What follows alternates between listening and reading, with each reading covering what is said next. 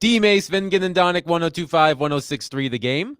Broadcasting from the Busy Bee Plumbing, Heating, and Air Conditioning Game Nashville studios, home of the $99 yearly Beehive membership, where the buzz is always about great service. Derek Mason, Adam Vingan, and is that Willie Donick in studio? Yo.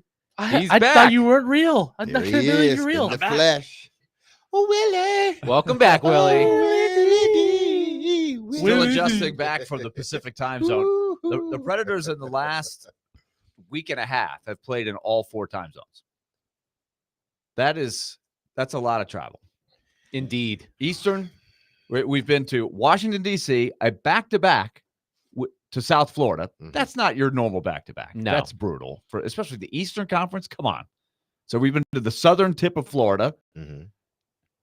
and then back to Central Time, over to Mountain Time, out to Pacific Time. So we've been in Vancouver and in Florida. Now they're, of course, in Seattle for the next couple of days. It's a TNT game. So Mace and I traveled back yesterday and are ready to rock and roll today. We did hear some good news from Chase McCabe because of the time change. We will have Roman Yossi on our program tomorrow, right off the hop at 11:05. Usually a player joins Chase and Big Joe, but because the Predators are a couple of hours behind, we have the pleasure of talking to the captain tomorrow at 11:05. Now, Willie, I've made the trek from Vancouver to Nashville on a commercial airline. It is a long trek. And as we all know, the rules that govern polite society do not apply to airports. Did you have any unsettling experiences on your journey yesterday? Only brief, not at the airport. The airport stuff went very smooth. The layover, no issues there. No scheduling issues. But I will say, coming in from Vancouver to Denver, there was some serious turbulence, like spooky, like people on the plane getting a little unnerved on the approach. And the guy told us, the pilot's like, let me just tell you, it's going to get a little bumpy. Hang in there. We'll be all right. But this is just how it is sometimes coming in to Denver. And he was not lying. You ever get If that? only you can get frequent flyer miles, you get Willie. you get the jumps and stuff, and you get a little warm. Uh-huh. You start sweating a little bit. You're like, when is this thing going down? Let's get this thing on the ground. If only comfortable. If only you have frequent flyer miles. You I see know. some strange behavior in airports. Oh. Like I said, the rules that govern polite society do not apply at the it- airport. I love watching. I love airport watching. Like Yes. people watching in there. I love it, especially like at the newer airports where they build like these bars in the middle of the gates, and you can just sit there. If you got a flight that don't leave for about 2 hours, 2.5, you can just sit there at the bar. You don't have to have an adult beverage. You can just have a Sprite or something, but just watch all the people as they come and they go, arguing in the corner, little kids running around, snotty nose, everything. It's bad. It's amazing. People lose all spatial awareness at airports. They walk very slowly. They're looking at the gates and the board with all of the departure times, and they never realize that you're right behind them and you run into them, and then they get mad at you for running into them because they're Right. stopped in the middle of a busy There's always hallway. that guy. And I mean, you can eat whatever you want at any time Yeah. at an airport. You can drink at any time you want at an airport. I mean, you see some strange things. But one thing they do need to have at airports, because listen, some people spend darn near the half of their existence in and out of airports, especially if you're working corporate and you're traveling back and forth. You spend a lot of money a lot of time in airports. They need to upgrade all of the seats in the airport, every last one of them. They need to upgrade them. And for starters, if you are going to have a charging port underneath the seat, as a lot of them do, thank you for finally doing that, make sure it works. Make sure it works. 'Cause Amen. I've been to several where I just sit down. I'm like, yes, I got a perfect spot, not near anyone, because I don't like to be near people too. When I'm in the airport, I like to just sit in my little space and have my little time, Right. at the airport. I sit there and I'm like, yes, I got the charging station, everything's perfect.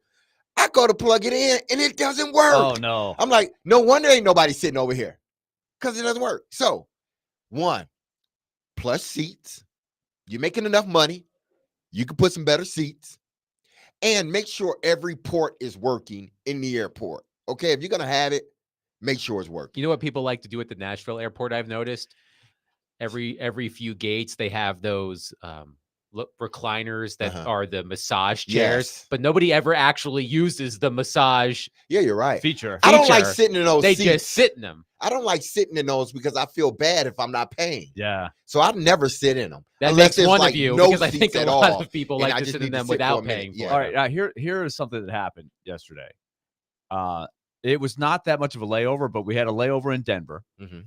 I don't think Mace even saw this. I went and sat because, everybody kind of gets into their own world. They're sitting in one of these seats. You plug in your phone. You got your, headphones in, whatever kind of headphones you like, and you just try to zone out until Yeah. it's time to do something. You try to keep an eye on, is it my group that's boarding and stuff like that? Is there a gate change or something? But, I mean, these people, everybody kind of goes off in their own island, unless you're watching your kid or something Exactly. like that. So I had these people sitting around me. Nobody was paying attention to anything. I'm sitting, and there is a mouse that pops out from underneath there's like cushiony seats. So he's got like darkness underneath. Sometimes there's seats and you can see everything that you can slide your bag under there if you want. Well, glad I didn't do that. Yes. But it's kind of a couch kind of thing. Mhm. And out pops this mouse. And the mouse is kind of like, he's all by himself. He's running around going, how did I get here? Why am And I how here? do I get out? And how do I get out of here? Where Is this mouse Where having was an I? existential crisis? he looked like he was. But the funny part was, I think I was the only guy that even Just saw it. There's people sitting all around it, but I'm looking around going, is anybody? Are you Like, sure you weren't because hallucinating? I was not hallucinating. Okay. And the funny part was there's always it doesn't freak me out. One mouse, I wasn't like jumping up on my chair or anything. I was like, oh, Like that's a interesting. cartoon elephant. It's like if it was in my house, we have to address this. Yes. But I'm out of here. 10 minutes we're boarding. I and just pick up my it's stuff, not my make problem. sure, Yeah. make sure it doesn't get in there. Yeah. There wasn't food all over the floor or anything. So I'm like, let's just see what happens. I'm looking around, people watching. I was sure I was going to see that person freak out and start screaming and yelling and having everybody panic. Nobody said a word. So the mouse is like going, somebody help me out here. Come on. Show me where's the nearest field, get me back underneath where all the, Can you give me directions can I get back some underneath? darkness? Like, this is too bright out here. Where I got lost. Oh, man. Well, we're glad you're back, Willie. It's not the same when you're not in studio. But David Janes tells me in my ear that we have some breaking NFL news. The New York Jets have fired general manager Joe Douglas. I thought you were about to say the Giants fired their GM for that. They might eventually. Yeah, but Joe Douglas is gone before their. But the Jets have fired their GM, Joe Douglas. First Robert Saleh, now Joe Douglas. This is not the best time to remind all of you that I chose the Jets to win the AFC East. I had them in the playoffs.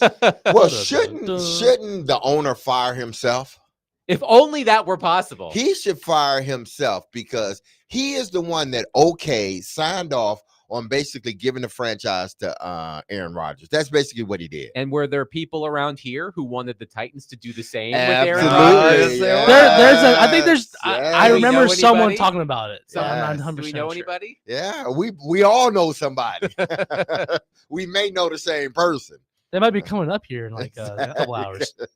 Exactly. Yes, So, but the New York Jets have now fired GM Joe Douglas. So a lot happening in New York. Daniel Jones benched as quarterback 1, now quarterback 3 for the New York Giants. It's not going well for your New York / New Jersey based NFL franchises so far this season. no, it hasn't. But listen, we're not too far behind. We are not too far behind. Based upon the records, what has happened the last couple of years.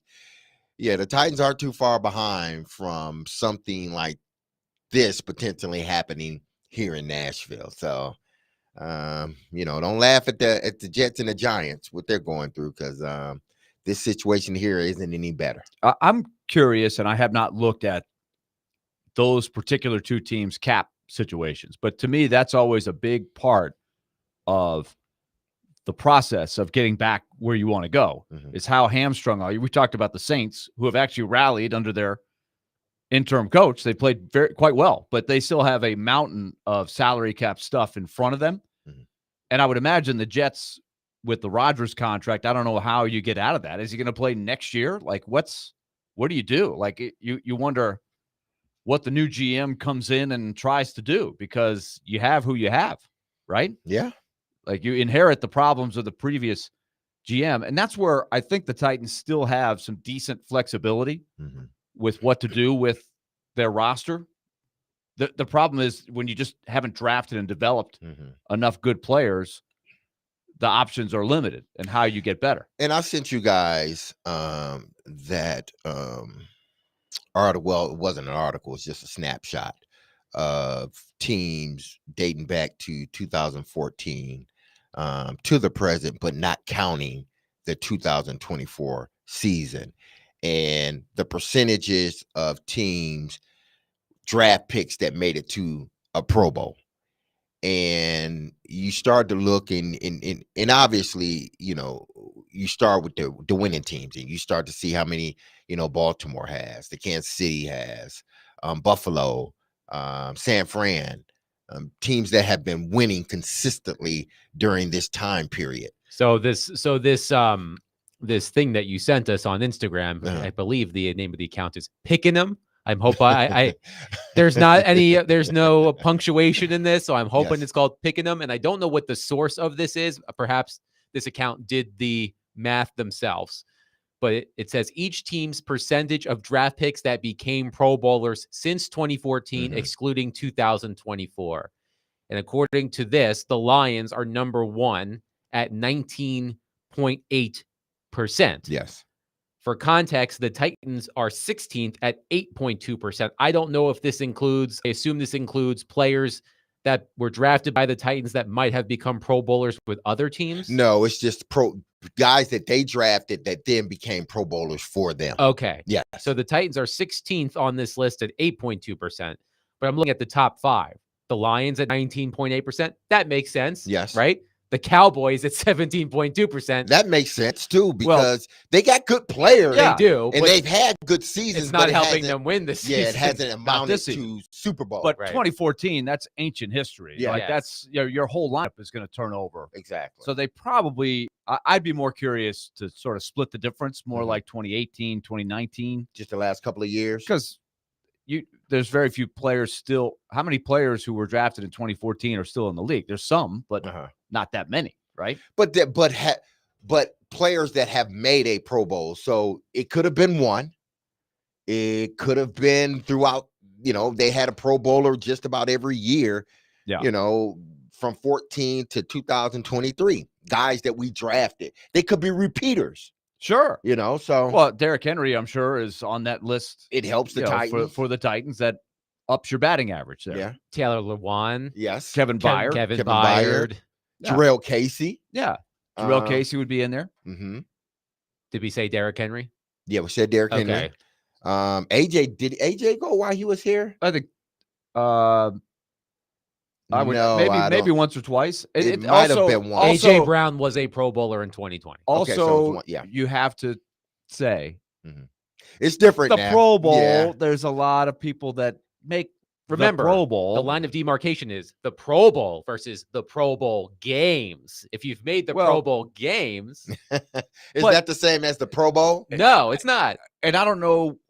It's probably because it's the Pro Bowl games. There's not as much as this. But remember, there was a ton of players that they That got opted out. elected to the Pro Bowl. So D Mace makes the Pro Bowl. Mhm. I'm kind of the next tier. D Mace says, I got to get ankle surgery or something. I need rest. I'm injured. So they now say, well, Willie, you go to the Pro Bowl. Mhm. So now more and more people are in the Pro Bowl. So it kind of dilutes Mhm. Remember, we discussed this when the Titans were playing the Dolphins and Tyler Huntley was starting at quarterback Right. for the Dolphins. He was A Pro Bowler. Yes, Yeah. with the Baltimore Ravens. That's right. And did he look like a Pro Bowler Yeah, in that so game against the he's- Titans? So he's on that list. He ups the batting average Yeah. for whoever drafted him. Yeah. I guess So that would be the Ravens. Did they draft him? Yes. yes, the Okay. Ravens drafted him. Okay. Score. Yeah. So you. So there's difference between Huntley uh-huh. and Jeffrey Simmons or Derrick Henry, right? But that does tell. It doesn't tell like the whole story in regards to your record, because listen, you can, if you are a bad team, more than likely you're not going to get anyone in, and if you do, it may be one guy, or if it's a situation where you have good players but you had injury too, which contributed to your bad season, you may get more than one or two guys in. But if you look at it, the teams that are batting high in regards to the Pro Bowl and making it the percentages, typically those are teams that are good teams. Because I don't think, even with the Pro Bowl games, I get that, but after, they're not saying who actually played in it, they're saying who got selected as a Right. Pro Bowler. So you can tie that directly to how your season is going. Even the Dallas Cowboys, look at the last 3 years minus this year. They were a 12-win team, and they had a bunch of Pro Bowlers. Now, it didn't amount to anything once they got in the playoffs, but I think if the percentages are high in regards to that, then typically that's a good team. Now, there are, like I said, there are situations where, the team isn't good, but typically it's because of injury. But if you look at the Titans roster, beside Derrick Henry and Jeffrey Simmons, I think those were the last two guys that have been Pro Bowlers for the Titans. Jeffrey Simmons and Derrick Henry. I'd have to go back and look at the list, but the most notable thing to me, because again, there's a big difference between take 5 years of drafts, 2014 through 2018, and then another 6 or 7 years, 2019 through 2024. You might have two different stories. Like the Lions weren't very good from 2014 to 2020. It's I just- imagine that they're on a percentage hot- is beefed up Oh over yeah, the past they're few on a hot years. streak for Yes. sure, and the Titans have gone the other way. But the notable one for me, the Patriots, dead last and a distant last, 3-point-something%, like way lower than even number 31 on the team. So that's over a decade of not great drafting, and yet they've got a couple of rings in there. It helps when you have Tom Brady. Yeah, but it also probably doesn't bode well for Bill Belichick, and if he wants to come back in some form, that would have to be addressed. Like There were some hey, Bill, rumors that what happened perhaps on he these could drafts? be connected to the Jaguars if they were to make a change. Perhaps that's Bill Belichick's way back. I've in. also heard somebody on our show say, he's on a first name basis with him. Apparently, he says, "Bring in Bill Belichick. He knows football. He knows football." But I would have to ask that question to Jared if he is still in the mode of let's clean house and bring in people that quote know football because this group is incompetent. That's his premise. Bill Belichick, he presided over those drafts, I believe. I would presume. I mean, he is yes. a big part of who gets drafted, I think. Yes. He kind of runs the show. 3.3% of his draft picks since 2014 have made the Pro Bowl. That's questionable. Indeed, it is. I'm curious what the Jets, we mentioned, their general manager, Joe Douglas, has been fired according to multiple reports. Aaron Rodgers, whew. I saw someone say, it was the gif of the young girl swinging while there's a burning house behind her. That's what Aaron Rodgers is right now with the Jets. If the Jets were to cut him, and I think they could maybe post June 1st and save a little money. Anybody taking a chance at Aaron Rodgers after this? He will No. be 41. Yeah, ain't nobody taking a chance. I mean, I can't see. I feel like somebody would. You right? think Maybe. after what happened? There's always a team sitting there going, well, he's better than our guy. Or Yeah, you got a point. might there. be better than our guy. Yeah, he would be better than our guy in a sense. But would he disrupt the locker room? Yes. That's the issue. So the answer is the question is answered. Yes. Yes. He would. Yes. I'm just not sure he's good enough to be worth the trouble anymore. When he was winning MVPs in Green Bay, and then there were reports about how, hey, he might be somebody's vice presidential running mate. If back in the day, you could, he could do both. You get a lot of stuff with Mhm. him, right? That's fair to say. But you're not getting the most important thing, the winning. Yeah. Now, how much is that on him, and how much is that just a flawed team, a flawed franchise? Well, he's the reason why he's a part of the reason why they are flawed. Yeah. You know. It's a bad marriage. Exactly. And he told them, this is the guy I want, this is the guy I want, and this is the guy I want. And these guys haven't worked out. 615-737-1025. We will get into the Titans, of course, and we'll start that with Tim Hasselbeck, ESPN NFL analyst and head coach of the 11-0 Ensworth Tigers, who won a postseason game last week. By the way, their first postseason win in 5 years. So congratulations to Ensworth. We'll talk to Tim about that. We'll talk to him about Will Levis, the New York Jets, the NFL, and more coming up next. But before we do that, tune into Stillman and Company today from 2 to 6 for your chance to win Jelly Roll tickets for the performance at Bridgestone Arena on Tuesday, November 26th. That's 1 week from today. Jelly Roll ticket contest is supplied by Chiba Hut Subs, serving up dank food and chill vibes, now open in Donaldson.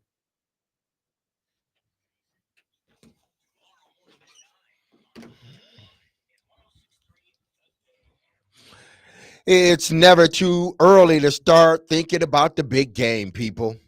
And now that it's November, Zen Sports, the new sports book in Tennessee, has launched a brand new sweepstakes for all its Tennessee customers, the Big Game Sweepstakes, where you could win a grand prize of 2 tickets to Super Bowl 59 in New Orleans or $10,000 cash. And what's more is Zen Sports will also award 50 additional prizes, which includes 2 tickets to any Tennessee sporting event or $100 cash. Want in on the action? You can earn multiple entries every day just by betting on the Zen Sports app.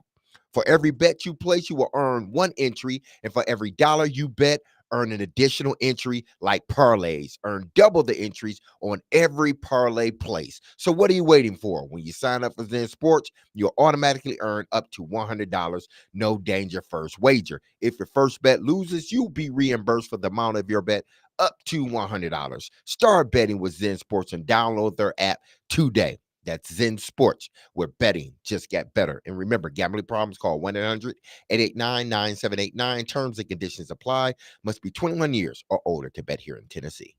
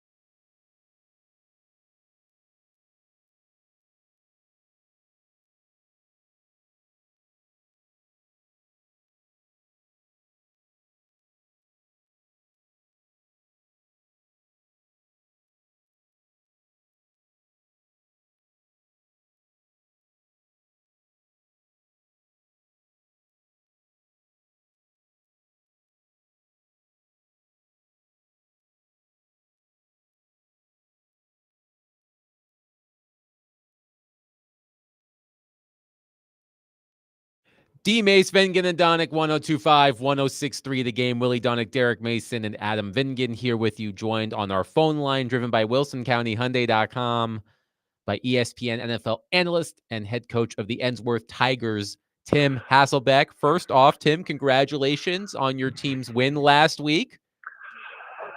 Thanks. You didn't say 11-0. I'm sorry, the 11-0 Come on. Ensworth Tigers. Did I mention they were 11-0? We're 11-0.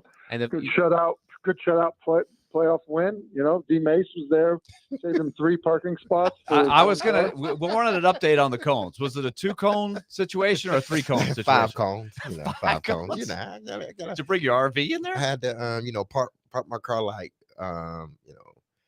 parallel park it. I had to parallel park it. It's unbelievable. So like I had to at least have 3 feet on both sides once I parallel parked, so I can walk around my car. just want to know High how long maintenance. you stayed. You know what I mean? Like, I just want to know how long you stayed. Not long. But y'all got the victory. That's all that matters. And now Ensworth will take on the defending state champs, Macaulay, at Ensworth on Ooh. Friday. Oh man, how does it feel, Coach? How many spots do you need this week, D. Mace? Oh man, I may be driving a truck this week, so maybe like 6. You might want to put a 12. You might want to put a helipad at the 50-yard Yes, line. please. I could come in like Bud used to come in back in the days. Okay, we have room for you out here at Ensworth, D. Mace. You know that. We might have to go. You might over by like our little golf area by the Harp of the River. You can land over there. See, how many schools do you know where their head coach can say, "Yeah, over there by our golf course over on the other side"? You know? Hey, listen, I will say this. So, like, when I do this, I'm at school now. So when I do this interview with you guys, I actually go to the baseball press box. So we don't have to like hear kids in the hallway or anything like that. Uh-huh. And so I'm looking out over our field, and so like, people do need to come. Like, our grounds crew is amazing. We got a nice little setup for our end zones this week. It'll be pretty cool. So Can't wait to see it. now I can't promise everyone I got them 3 parking spots like you get, D. Mace, but Let's not tell nobody else. Let's not tell I nobody else. can't promise the campus will look great. I'm just imagining Derek Mason as. Do you remember the fan man, the parachutist James Miller? Yes. I can just imagine Derek parachuting onto the field. And isn't that the guy that got beat up at the boxing match because he parachuted in on a ring? I believe he might. I believe he might. There was the have, guy. yes. Who is it? Vander Holyfield was one of the Yeah, fighters that's what against it Buster was. Douglas. Yeah, it was one of those fights where The guy Fan came- Man came in and Was got that Tan tangled Man up. or is that a different guy? There was another guy. Tim, as a Boston guy, might remember this, but the '86 World Series, the guy parachuted right onto the field in Game 6. It was unbelievable. And he got a standing ovation. Like, what is? Like, Who today, does that? people would really freak out, right? And they're I'd like, be careful. I've been in a couple of like some of these like really big, like Ohio State or some of these stadiums, a ton of people, and they're like snipers on the roof. Like, I'd be careful parachuting in on any of those places. Yeah, so you might want to be careful parachuting into Ensworth. They got them snipers on the building. So watch out. We don't have that. Well, Tim, before you came on, I'm not sure if you saw this or not, but it has been reported that the Jets have fired their general manager, Joe Douglas. So now the Jets have fired their GM. They fired their coach about a month ago. When you look at what's gone wrong for the Jets, it's a long list. But when you see what's been going on in New York with that franchise in particular, what's been the primary source of the problem for the Jets in your mind? Yeah, I mean, they've gotten it wrong on the players. I mean, that's definitely happened, right? Like, so, Sam Darnold, Zach Wilson, and, some of it previous regime, some of it not. And then you could, like we're talking to that, but like they've fired offensive coordinators. They've really struggled to get it right. And then I probably, like most people, thought, well, like getting Aaron Rodgers will help you fix it. The injury didn't help that. And so then it really didn't. So like I just the players that they've chosen haven't worked out, and the front office and the coaches typically end up paying the price for that, and that's definitely what's happened there. And now they're set way back. Like, some of these places, when you look at them and you're like, oh, okay, it's rebuilding, and what does that look like? Well, it's going to be a complete rebuild, especially when you consider, it's like Aaron Rodgers, it's also Devontae Adams, it's also Hassan Reddick, it's all like, some of the veteran players that they went out to get. And so they're going to end up having to probably trade off really good players that they don't want to. Yeah. So something's going to happen with Sauce Gardner. Something's going to happen with Garrett Wilson. Like, Breece Hall may be somebody that becomes available. Like, that's just going to end up happening at the Jets. It's going to be a team that's got to dig themselves way out of a hole. Will Levis had a solid game against a tough defense in the Minnesota Vikings on Sunday. If I recall correctly, he said he actually liked his game the previous week more against the Chargers. But regardless, I would say 2 solid performances in a row by Will Levis relative to what we had seen from Will Levis before the injury. As you've watched him specifically over these past 2 weeks since he's returned from injury, is there something about his game that's improved that's really stood out to you? Well, he hasn't had a catastrophic, mistake, right? So I think that's the biggest thing in the last 2 weeks. Like, there hasn't been just like the brutal mistake that you just look at and you're like, that's like, just no one can win with that. So, I think that's probably the biggest thing that's been the difference. And I would also just say too, like, just even this week, like, you hit a go ball, backed up inside your own 5-yard line, like, the game's going to feel different, right? Like, just the I think getting a first down and punting, having something like that happen in a game is going to make the feel of the game. It's going to make the numbers, when you look at the stats, just look drastically different. So I would just say the big thing would be, like, not the brutal mistake. And look, if you're not making the brutal mistake, then you're going to have a chance to win. Much like, honestly, the chances to win the first couple weeks of the season. Like, you eliminate the brutal mistake, like, you're in those football games. So I think that's been the biggest difference. And if he can continue to do that, then, I think that's certainly a big help to him and whatever his future will end up looking like in the league. Now, Jim, what do you think his ceiling is? Because obviously we've seen some really good plays or some really good play and throws by Will Levis. I try not to be too, sort of gung-ho when I see a throw being made. It's like, you're supposed to make that throw. You're an NFL quarterback. That's not a wild throw. It's just a routine throw. But we've seen the good, we've seen the bad. But what do you think the ceiling for him is? Is he a legitimate starting quarterback, or can be a legitimate starting quarterback in this league from what you've seen? Yeah, I mean, look, he physically can. It comes down to the decisions. It comes down to, when we've talked about the stuff before, about like the stuff that we know he knows. If we're sitting in a quarterback room on the whiteboard, like, he knows then, but like doing it in the heat of the moment. So, like, I look at somebody like Geno Smith, who got off to a really tough start, in his NFL career in terms of playing pretty early, not really playing great. What is he going to turn out to be? Does he end up becoming a starter? He does. And then what does that look like?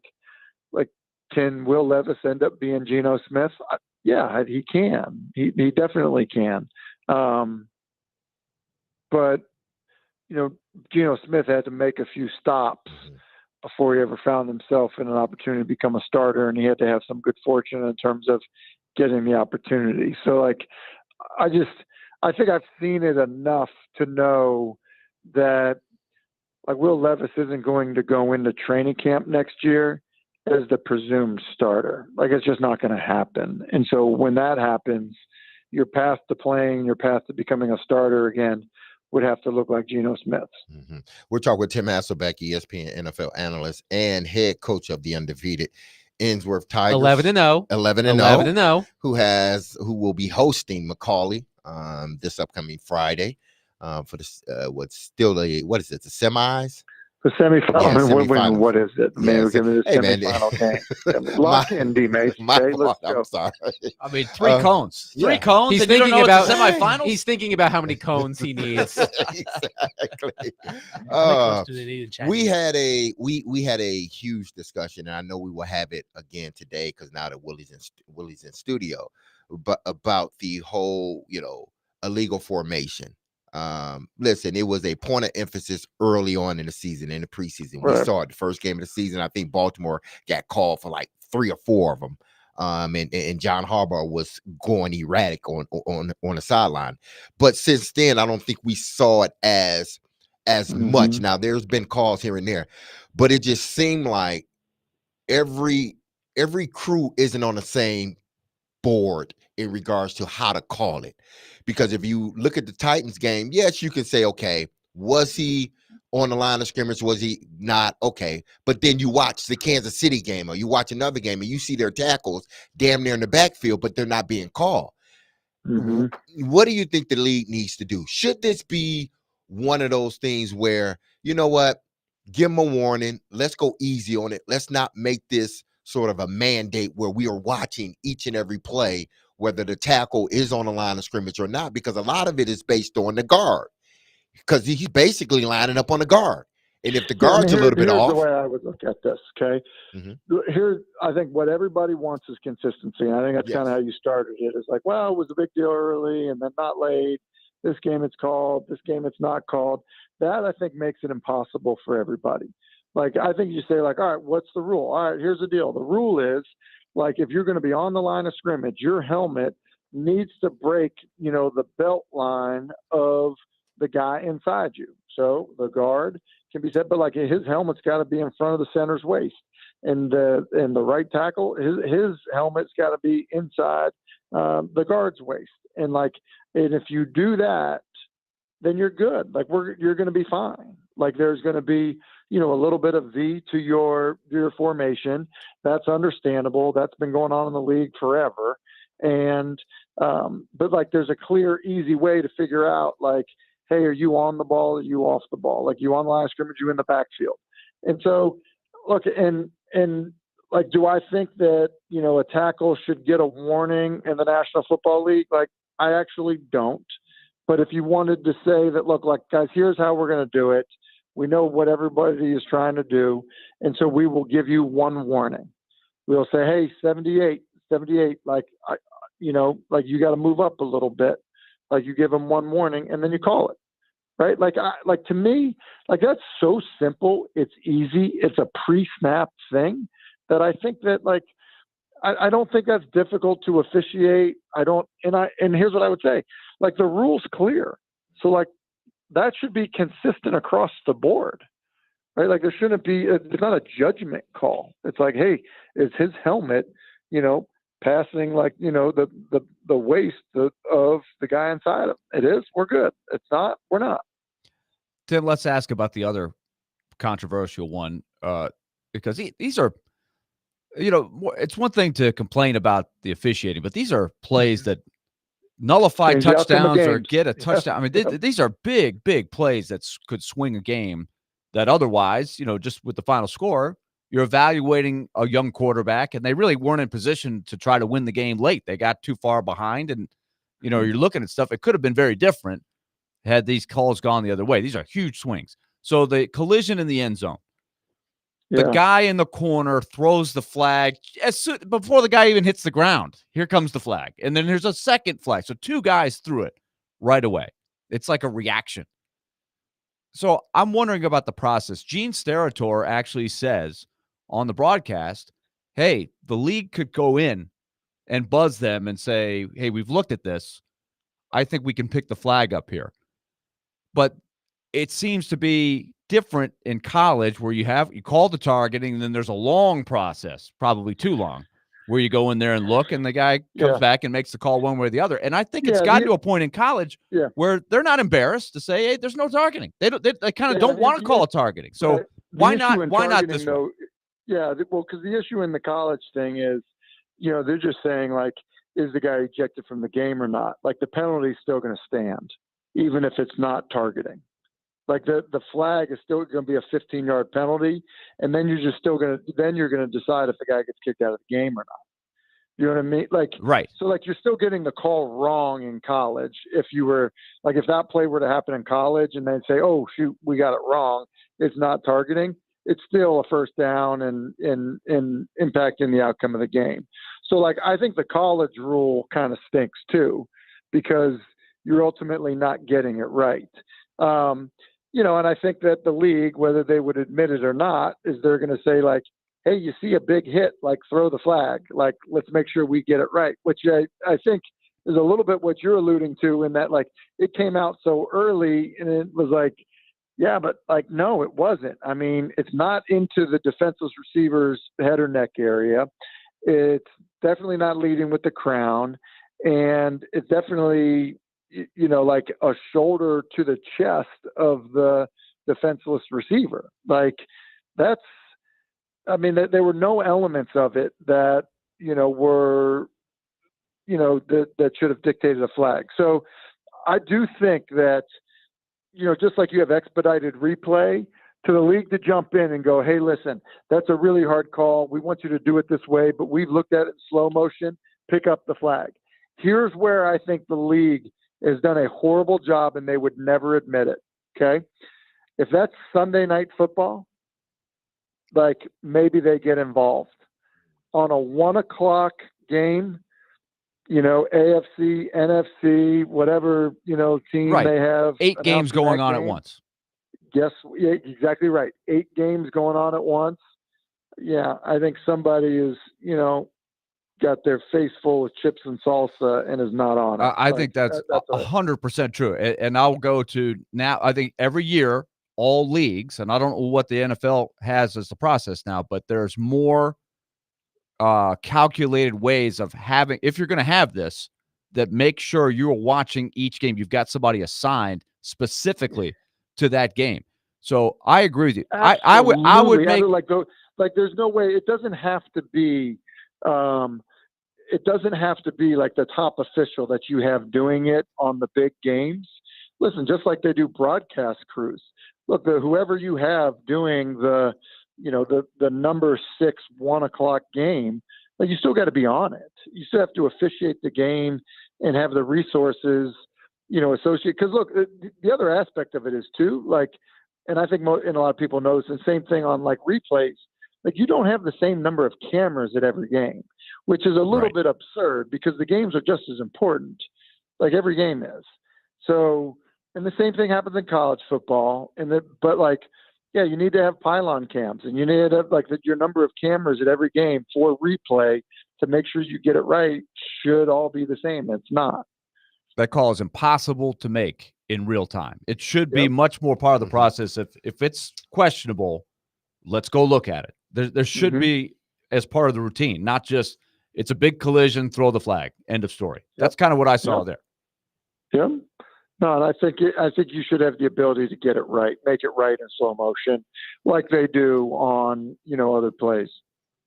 Tim Hasselbeck, ESPN NFL analyst, head coach of the 11-0. I made sure to get that in as many times as I could. 11-0 Ensworth Tigers, hosting the defending state champs Macaulay this weekend, this Friday. Derek, you might have to go get some of your own cones, Derek. They may not have enough cones for you at Ensworth, so you may have to go and buy some of your own. But Tim, thank you so much for joining us. We need to set up like the Derek Mason autograph tent. Like, what do we need to do to make this happen? Hey, and speaking of tents, can you get, because they do have them on Amazon or something. Can you get one of those tents where you set it up, unzip it, and I can pull my car in because it may be raining. I can pull my car in and then I don't think we're getting rain. I think we're getting, that's one thing I will say, guys, like as a coach, I pay way more attention to now. Forecast. Holy shit. I don't think I looked at my weather app in like 5 years. And then now all of a sudden I'm like, you would think it was like breaking news, everything like, oh, we got some rain. Okay, what's the rest of the week look like? Here's what you do need, Tim, because I believe it's going to be rather chilly on Friday. You need a couple of space heaters for Derek. He goes nowhere. He doesn't go anywhere without his heating pad. And make sure the plugs work. We've already covered that on today's show. Make sure you have some portable space heaters for Derek for the stands, please. Make sure the power source is checked. Played at Michigan State. Like, I don't think teammates ever wore sleeves when he played either. Like, what is that? Like, radio has made this man Yeah, soft. he has gone Hey. soft. Hey, I'm 50 years old now, man. He's the mellowed out. body don't stay Yeah. heated up the way it used to. Tim, always a pleasure. Good luck this weekend. We'll talk next week. Thanks, see you fellas. 615-737-1025. We need all of the cones, all of the space heaters, all of the surge protectors, everything. Hot chocolate. Yes, get them to Ensworth right now to prepare for Derek's arrival on Friday. 615-737-1025. Willie Donick, Derek Mason, Adam Vingan, 1025-1063. The Game.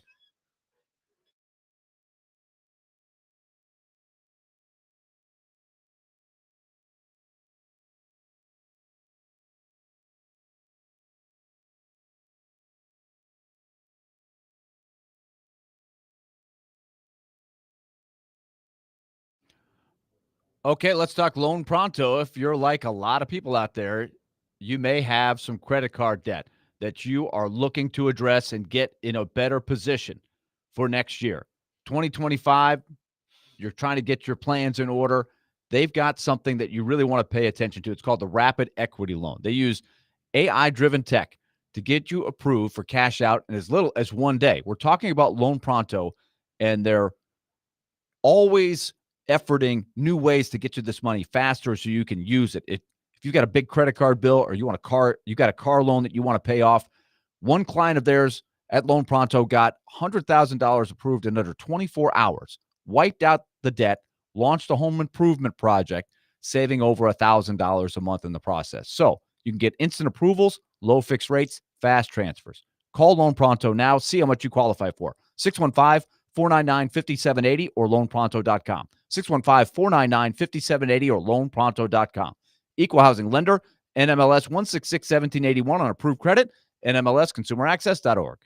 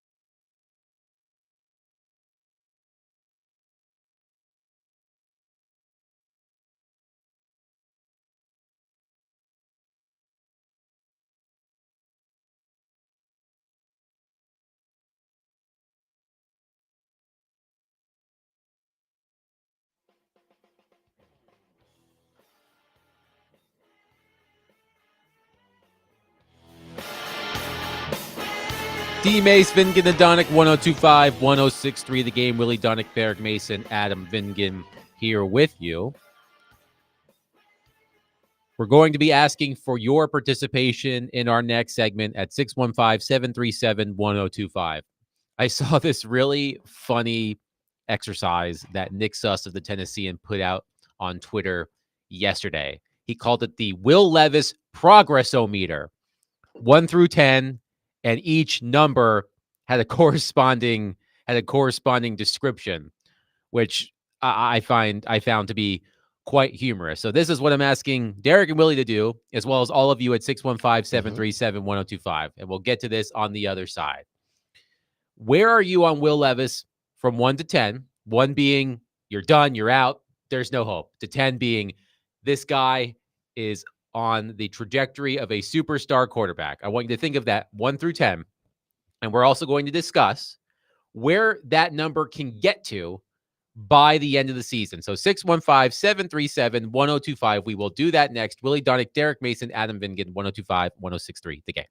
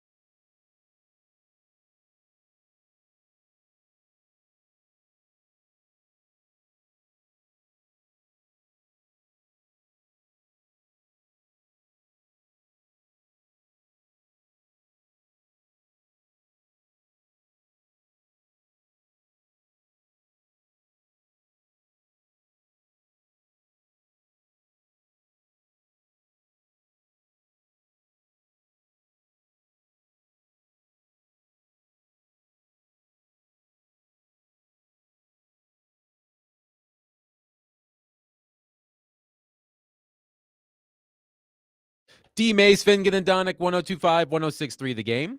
Broadcasting from the Busy Bee Plumbing, Heating, and Air Conditioning Game Nashville studios, home of the $99 yearly Beehive membership, where the buzz is always about great service. Willie Donick, Derek Mason, and Adam Bingen here with you. So in the previous segment I mentioned, Nick Suss of the Tennessean tweeted yesterday, I've been jokingly referring to the Will Levis progressometer for a few weeks now, so I decided to actually make it. So he did. It's a scale of 1 to 10, and each number has its own description. So let's go through it now. 1 being the worst, 10 being the highest. 1, it's bad. It's so bad. How can it be this bad? Bench him now. He has no shot. 2, he's clearly not better than the other quarterbacks on the roster. 3, he's the best option the Titans have, but he's not getting any better. 4, it's a step back from last year. That's a problem, but he's capable of getting the job done. 5, he is who we already thought he was. 6, he's not on track to be a superstar, but he's proving he can get the job done with talent around him. 7, he's clearly learning what it takes on the fly, and by this time next year, he might be fully formed. 8, he's definitely better than his teammates and any other veteran the Titans could add next year. 9, if the Titans need him to win a game on his own right now, he might be able to. And 10, what are we even talking about? Dude's a stud. The championship window begins in 2025. Championship. So that is Nick Suss's Will Levis progress-o-meter from 1 to 10. So I want to do this exercise in three steps. The first step is I want to do this exercise on where you were on Will Levis prior to his injury against the Dolphins when he had to get out of the lineup. So we'll start there. We'll start with Willie. On Nick Suss's 1 through 10 scale, on the Will Levis progressometer, where were you on Will Levis before he was injured against the Dolphins?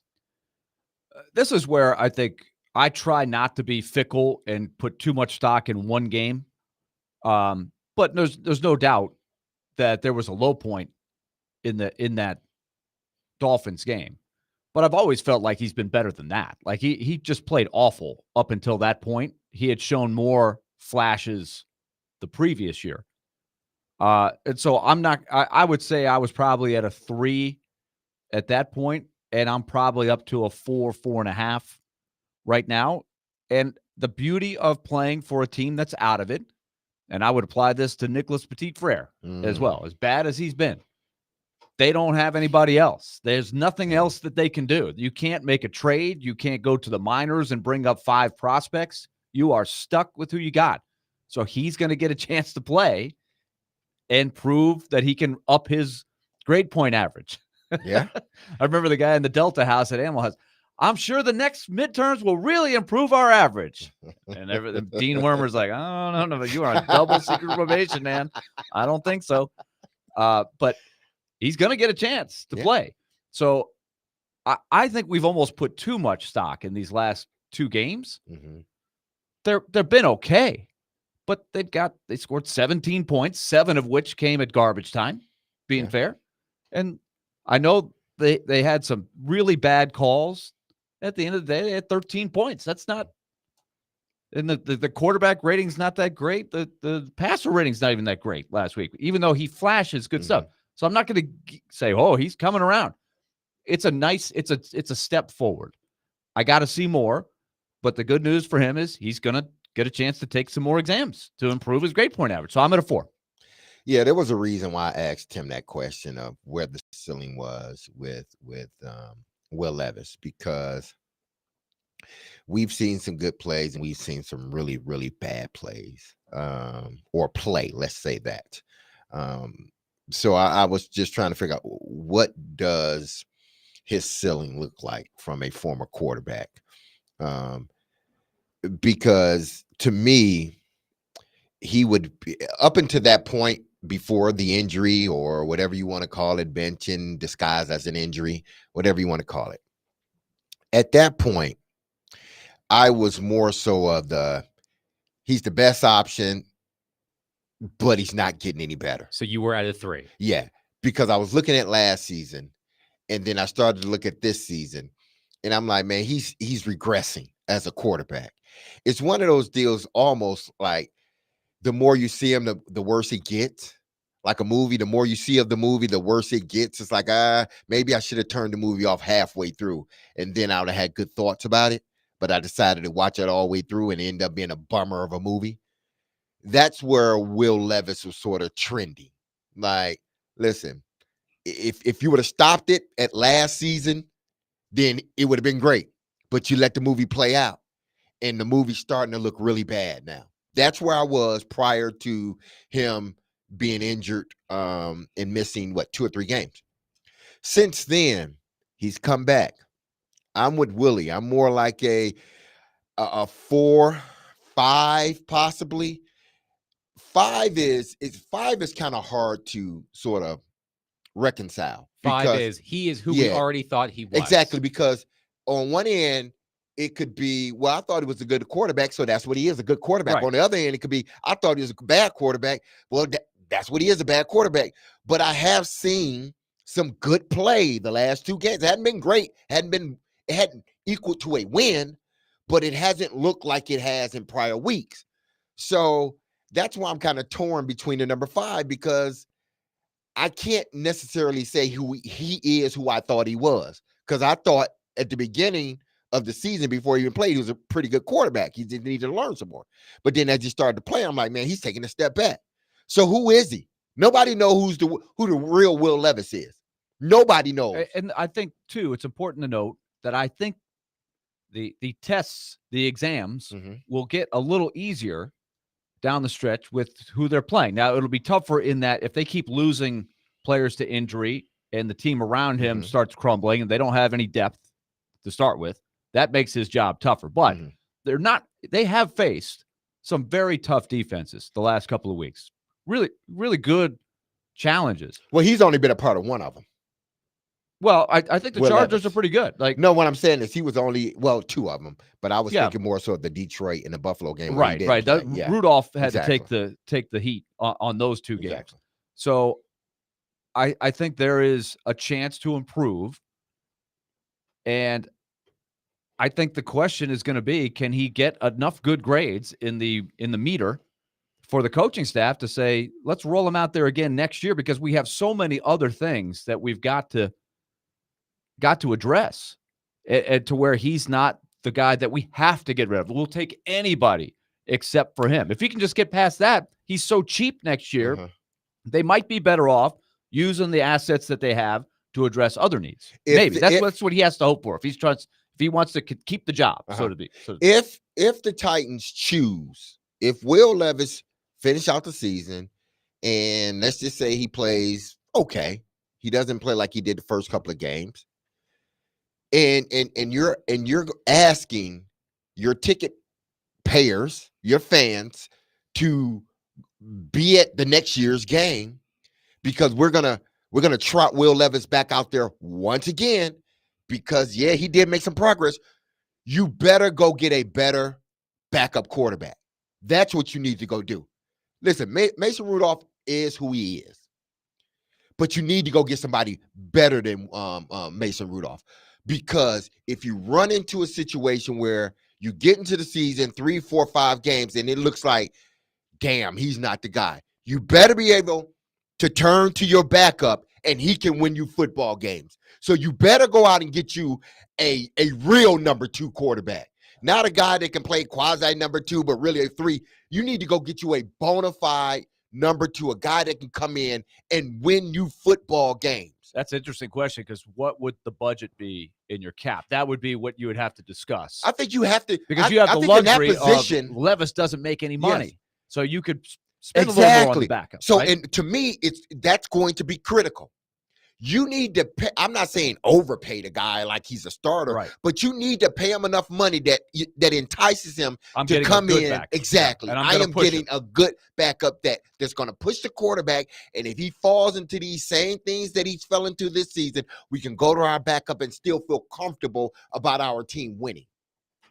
So what are you giving him, Adam? So when he left the game against Miami, I was at a 2. He's clearly not better than the other quarterbacks on the roster, because Mason Rudolph came in and I used this word at the time, competent.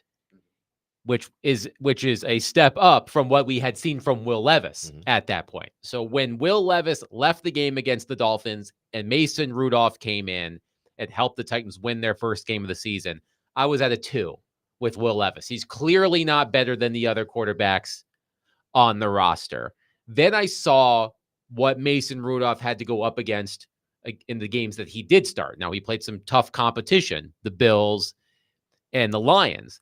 And that changed my perspective on Levis, maybe to a 3. He's the best option the Titans have, but he's not getting any better. I think over these past 2 weeks, I'm nudging towards 4, which is it's a step back from last season. That's a problem, but he's capable of getting the job done. I'm nudging there. The reason why I'm not fully there is because, as he said after the game the other day, he has not won a game this season. He does get credit, I believe, for the win at Miami because he was the starting quarterback in that game. It's not like baseball where you have to go 5 innings to get the win. Or hockey, where depending on what time when the goals are leaves scored. Right, exactly. You can't it just, if you started the game and left on the second play of the game and your team happened to win, you would still be listed as 1-0 for that day as the starter, which is something's wrong with that. Yes, he's been given 1 win this season.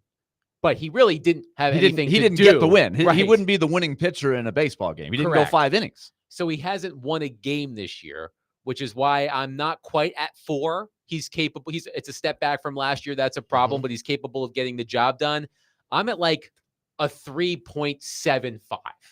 I think that the past 2 games have been encouraging relative to what we had seen from him previously. And I think that's the key term, relative, because he hasn't been spectacular in either game. He did make some really impressive throws against the Vikings, but as Derek said after the Chargers game, his passer rating was sparkling, but he wasn't winning football. It was not losing football, as Derek said. So I can't get to higher than where I am right now, which is like on the cusp of 4, until I actually see him win a game this season. So I would say from where I was on him, I mean, early in the season, it was a 1 when he was doing all of the things he was doing, turning the ball over in ridiculous ways.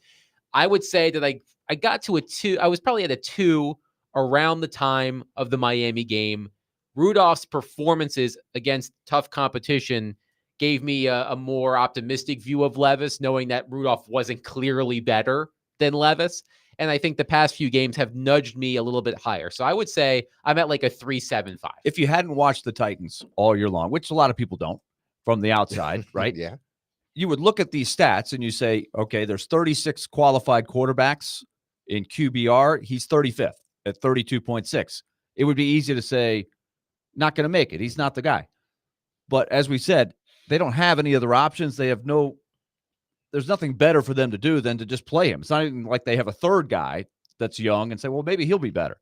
Like Danny DeVito or Tommy DeVito. Tommy DeVito. Yeah, Danny too. Tommy DeVito has gotten a chance to play the last couple of years simply because he's there. And they think maybe he's better than Daniel Jones. It's a bad choice. I would love to see Danny DeVito. I would pay good money to see Danny he would DeVito absolutely play be the shortest quarterback ever in NFL history. Yes. Or ever in the history Doug of Flutie's pretty short. Yeah. But Kyler Murray's still short too. Let's not forget. He is. But well, quarterback anyway. But my point is this: he's going to play. So, tell me what 6 is, because I think here's where we have to. This is the question: can he get to a rating? Yes, in the coach's mind's eye and the general manager's mind's eye, where that's enough to keep the job. He should get better by playing more, and he is cheap. That's what he brings to the table, and he does flash enough to where you're like, okay, I see the tools. So if he got to a 6, which is he's not on track to be a superstar, but he's proving he can get the job done with talent around him. So if he's a 6 at the end of the year, would that be enough for him to be in the mix for next year? I would think so. Okay, here's a question for you. Because he needs some good games. So you need some wins in there somewhere. He needs, and he even said, by the way, Danny DeVito is 4'10", so he would absolutely be short. He would absolutely absolutely than Murray and Flutie. Yeah. And Will Levis even said, he's like, man, I'm chasing that win. Like, he wants it desperately, and I know he does. And you know, you sort of feel bad for the young man, because you know it's not because he doesn't want to. He wants to go out there and be a really good quarterback. He wants to win games, but it's just not happening for him. But this question probably more so is geared toward you, Willie, and Adam. You can't answer it because I think the second name I'm gonna give, you can probably more talk on that than the first name. Willie, do you think he's better than these two guys? And both of them were Titans, and they got drafted by the Titans. Billy Volek and Marcus Mariota. No, not. You don't think he's better than either one of those guys? Not at this point. No, I think could he get there? Well, if he's not better than those guys, then he's gonna get. It's hard. It's hard to even believe that he can be the franchise quarterback because one of the guys, not both, but one of the guys, Mariota, was considered the franchise quarterback. Well, think of Marcus Mariota's best games. He had some good games. He had some really good. He had a good season. He had winning seasons. He had a playoff win. So there's a long way to go. But I'm just saying his play, not necessarily what like the wins and losses. I know the wins and losses were better. Could have a dominating game. Okay. With his legs. How about Billy Volek? Billy Volek could throw for 350. I mean, he was capable. Exactly. He was very capable of going on a good team and getting you a win. So I haven't seen Will Levis do that. No. Okay. Do you disagree? No, I don't disagree. I'm looking at it from the standpoint of guys that the Titans have drafted that has been in his organization that I think would be closely resemble. I thought you were going to say Zach Mettenberger or Jake Locker. I could have threw Jake Locker in there as well. But I just think because Mariota has some success, Volek has some success. In less games. Jake Locker didn't really have a lot of success. Volek was never given the chance to start. Remember, he kind of got fired a couple of weeks before the season started. And that was a bold move by Jeff Fisher. And it was not one that it was kind of like, what? All of a sudden they're like, you're fired. We're bringing in Kerry Collins. If he can't exceed, or he hasn't up until this point, and our listeners may be thinking I don't even think he can exceed Marcus Mariota. If he can't be better than Marcus or exceed what Marcus did, then he's not the franchise quarterback. Because as much he's got a long way to go. Marcus didn't have some of the tools, like he wasn't a great outside the numbers throwers. And I would always say that because in college, he always threw in between the hashes. That's what he did. Or if he threw it outside, it was a hitch and his receivers took it 90 yards, but he never perfected throwing outside the numbers. And it showed in the NFL. Well, Will Levis can do all of that. But Marcus had at least 2 good to okay seasons. Sure he did. Will Levis is trending toward having neither right now. 615-737-1025. Where do you stand on the Will Levis progress-o-meter as patented by Nick Suss of the Tennessean? Where are you now, 1 through 10, 1 being the worst, 10 being the best on that meter? And how far do you think he can climb over the course of the remainder of the season? We'll take your calls and texts on that at 615-737-1025. Tomorrow, it's your chance to participate in Preds Pick to Click. If you correctly guess a Preds player that scores a goal in the Preds game tomorrow night, you win a pair of tickets to an upcoming Preds home game. Participate with Robbie and Rexroad tomorrow morning at 8:45.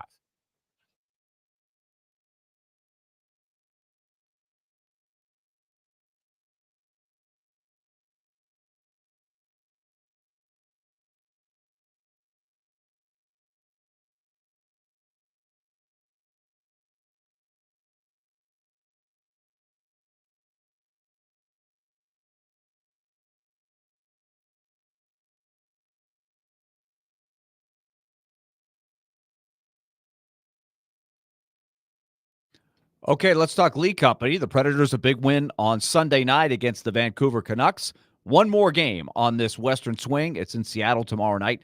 Our coverage here on 102.5 The Game with Max Hurst and Hal Gill will come your way, and it'll be sponsored by Lee Company. They do such a great job keeping your home together. And here we are around lunchtime. You might be in the middle of your workday, and maybe at the office or your place of business, you've got a maintenance issue that needs addressing. Always keep Lee Company top of mind. Remember this phone number, 615-567-1000 or leecompany.com. Or if you're home, it's the same thing. 615-567-1000 or leecompany.com. General maintenance, home or at your business. They're always ready to serve you. They've been serving their clients since 1944 in our listening area. They do a tremendous job. Lee Company, proud sponsor, Nashville Predators.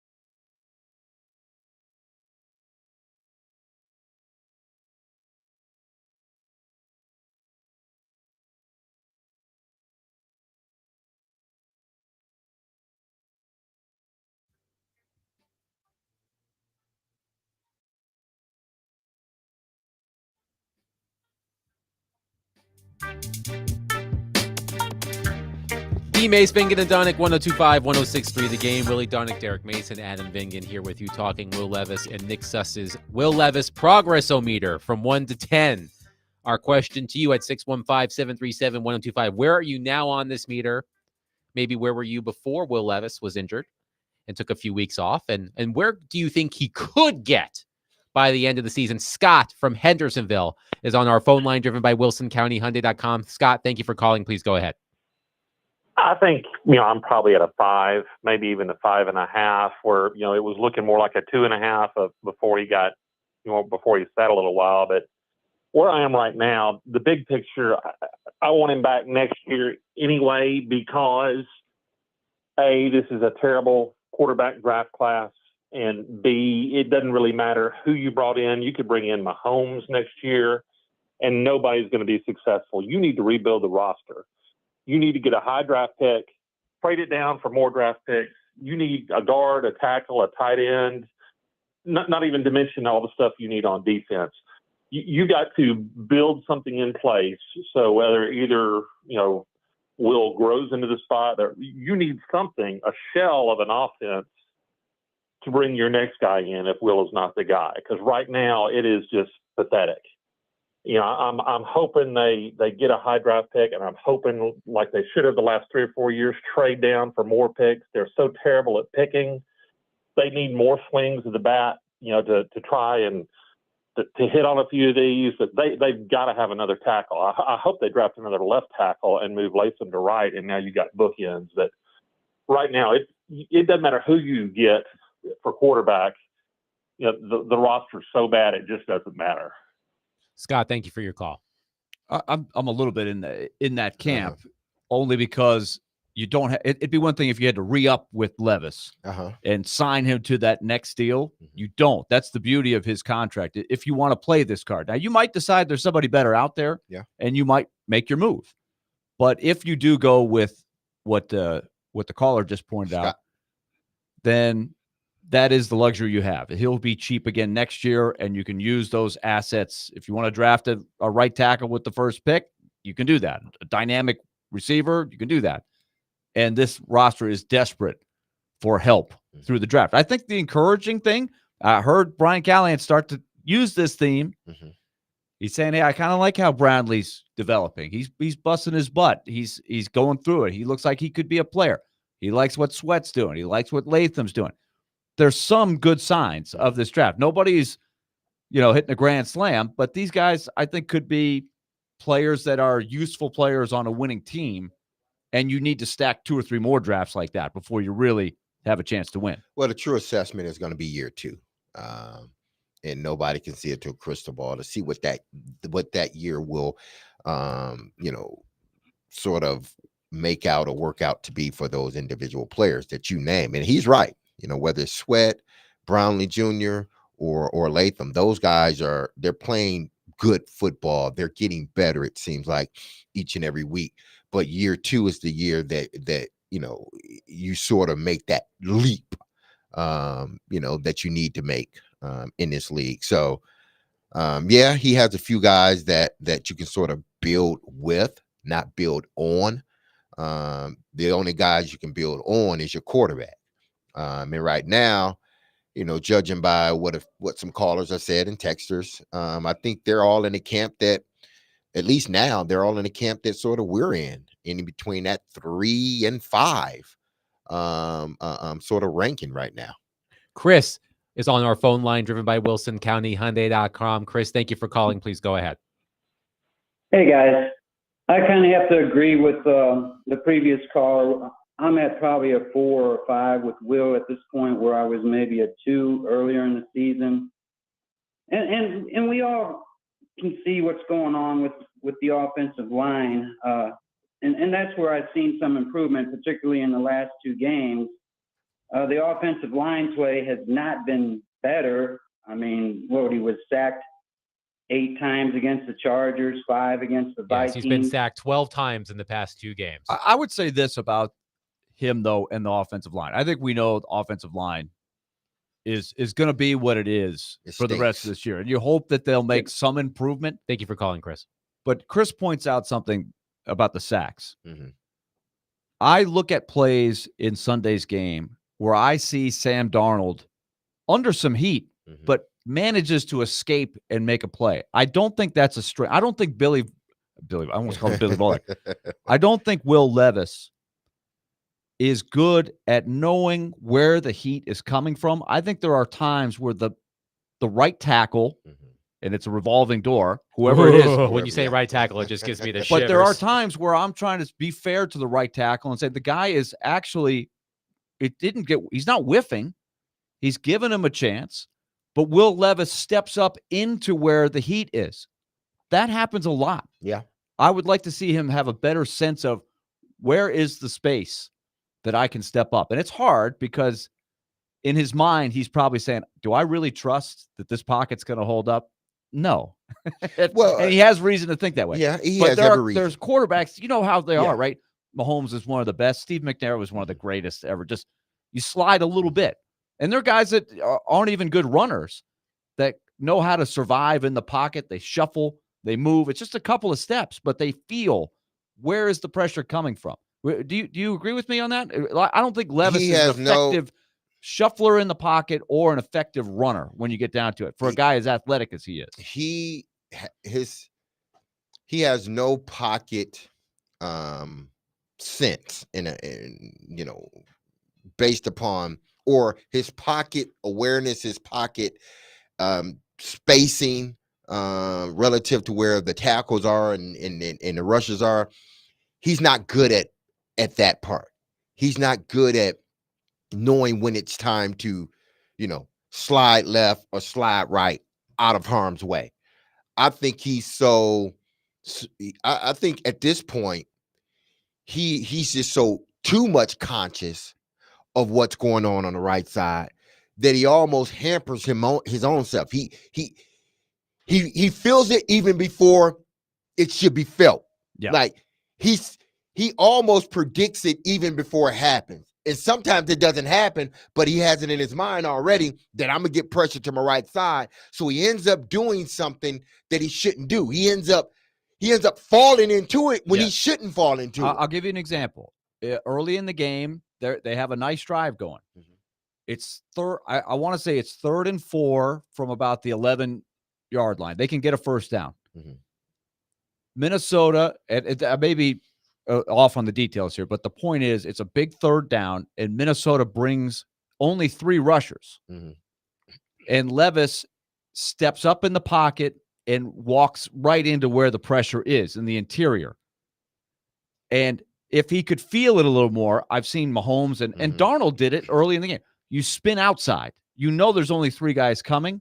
You spin outside and roll, and you create more space because that's where the space is. The best quarterback. And who am I? I'm sitting here. I've never done it. I don't know what that's like. When I played in 7th grade and 9th grade, it was 1, 2, 3, throw, man.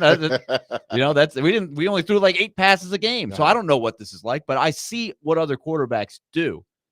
And I don't think Levis has that. I would love to see him take strides in that area. You should not get sacked on a 3-man rush if you know where the pressure is coming from. Even if your guy may not be able to hold. But that's the because rusher. he doesn't. His pocket. He steps into the pressure. Presence and his pocket awareness isn't as good. He's like being on a golf course and you hear that 4, but you don't know where it's coming from. So you just automatically like cover your head and the ball's nowhere near you. And then all of a sudden you're like, okay. Oh, that wasn't even close. Yeah. That's Will Levis. Before it even gets to him, he's tucking and ready for the big hit. And it's not even he did that, and I forgot. I'm gonna pull up that play, but he did it on one of the plays this past weekend, where he curled up like a baby before the rush even got to him, and it was almost like he fell into the tackle, not the tackler. He fell into the tackle because he anticipated a rush that wasn't coming. And then now you've already fallen into the sack, and it wasn't even a sack-worthy play. That's where I'm trying to be fair to the right tackle. The right tackle is a disaster. We all agree, but there are a few times where I think the right tackle's got to be sitting there going, well, I had him. He was trying to go outside rush. I had him, and you stepped in and gave him an inside lane, and I can't cover both, right? I'm not John Hanna or Anthony But that's Munoz because he's shell-shocked right now when it comes to the rush. On that right-hand side, he's to a point now where he anticipates it even before it's there. Even if it doesn't, even if it's not pressure, he's anticipating that he's getting pressure, and sometimes he put himself in a position to get sacked. Now, that's sometimes. I'm not going to blame it on him all the time. Right, it's not. But all sometimes he puts himself in a position to be sacked. Why? Because he's anticipating that the right tackle is not going to be able to hold up. By the way, calling the right tackle position a disaster is an insult to disasters. I think you might have to be. What's another word? and you've got Brian Callahan now openly saying it, which is probably not good for the guys that have to actually take that field for 7 more games. Like, they got to put a guy out there.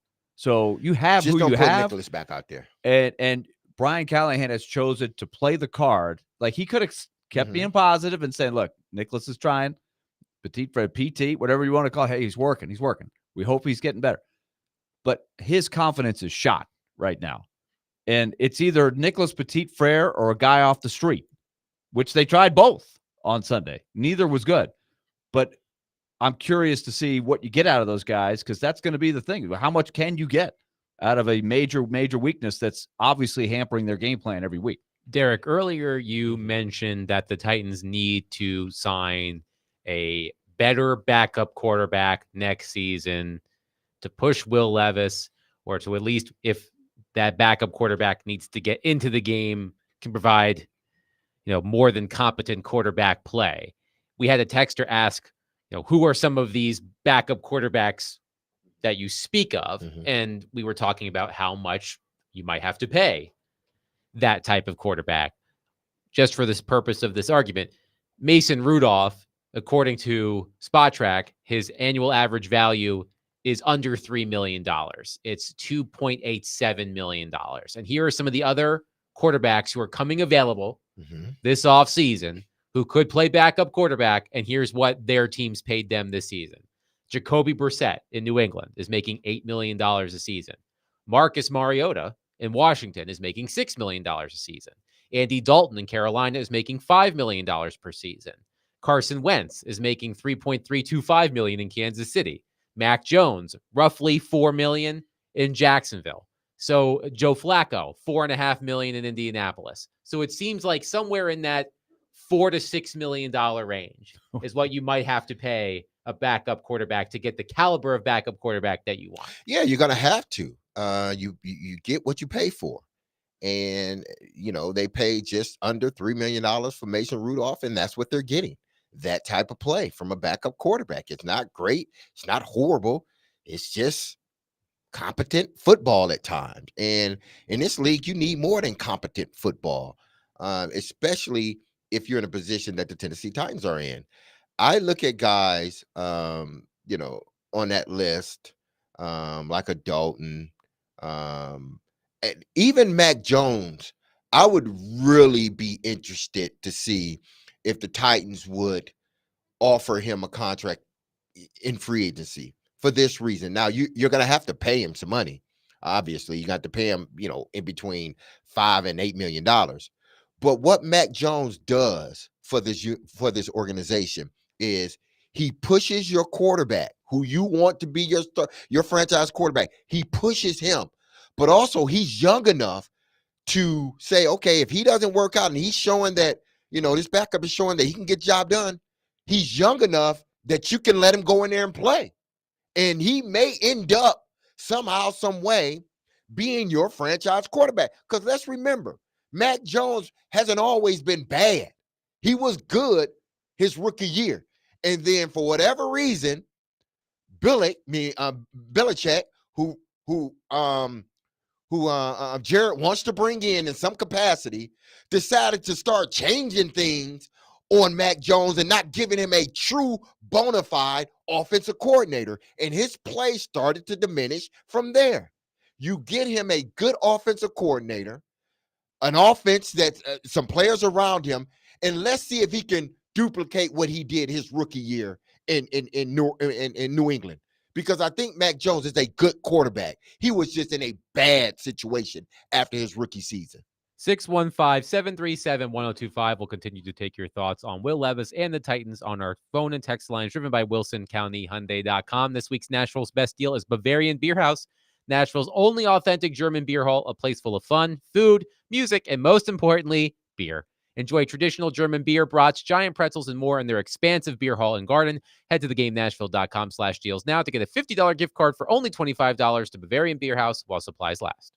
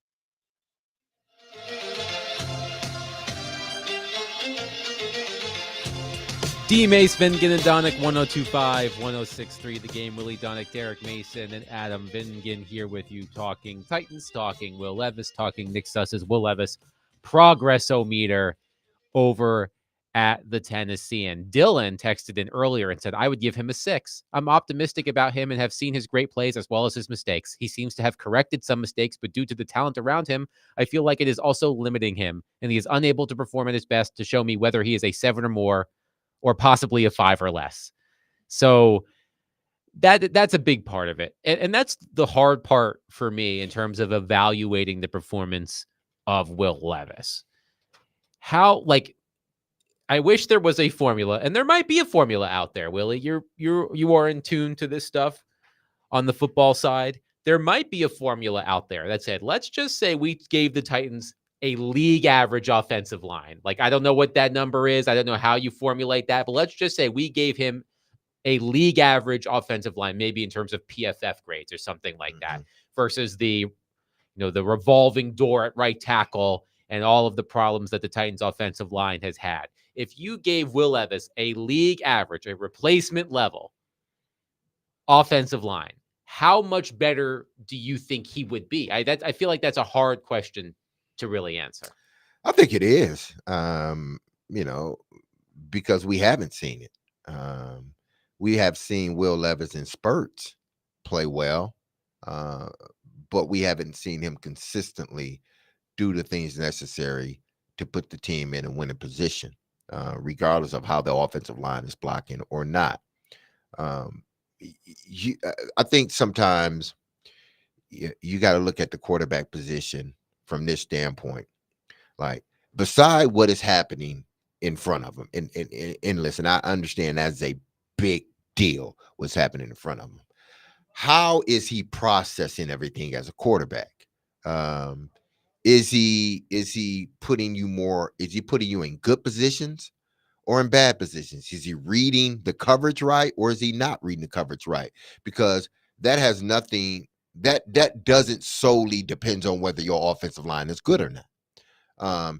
Because, Adam, you read the numbers as far as him holding on to the ball. We thought he was holding on to the ball a lot, but come to find out, he's not holding on to the ball nearly as long as we thought he was holding on to the ball. Right. We read before the game against the Vikings that Levis's time to throw before the game the other day, his time to throw was actually among the quickest in the NFL and quicker than it was last season.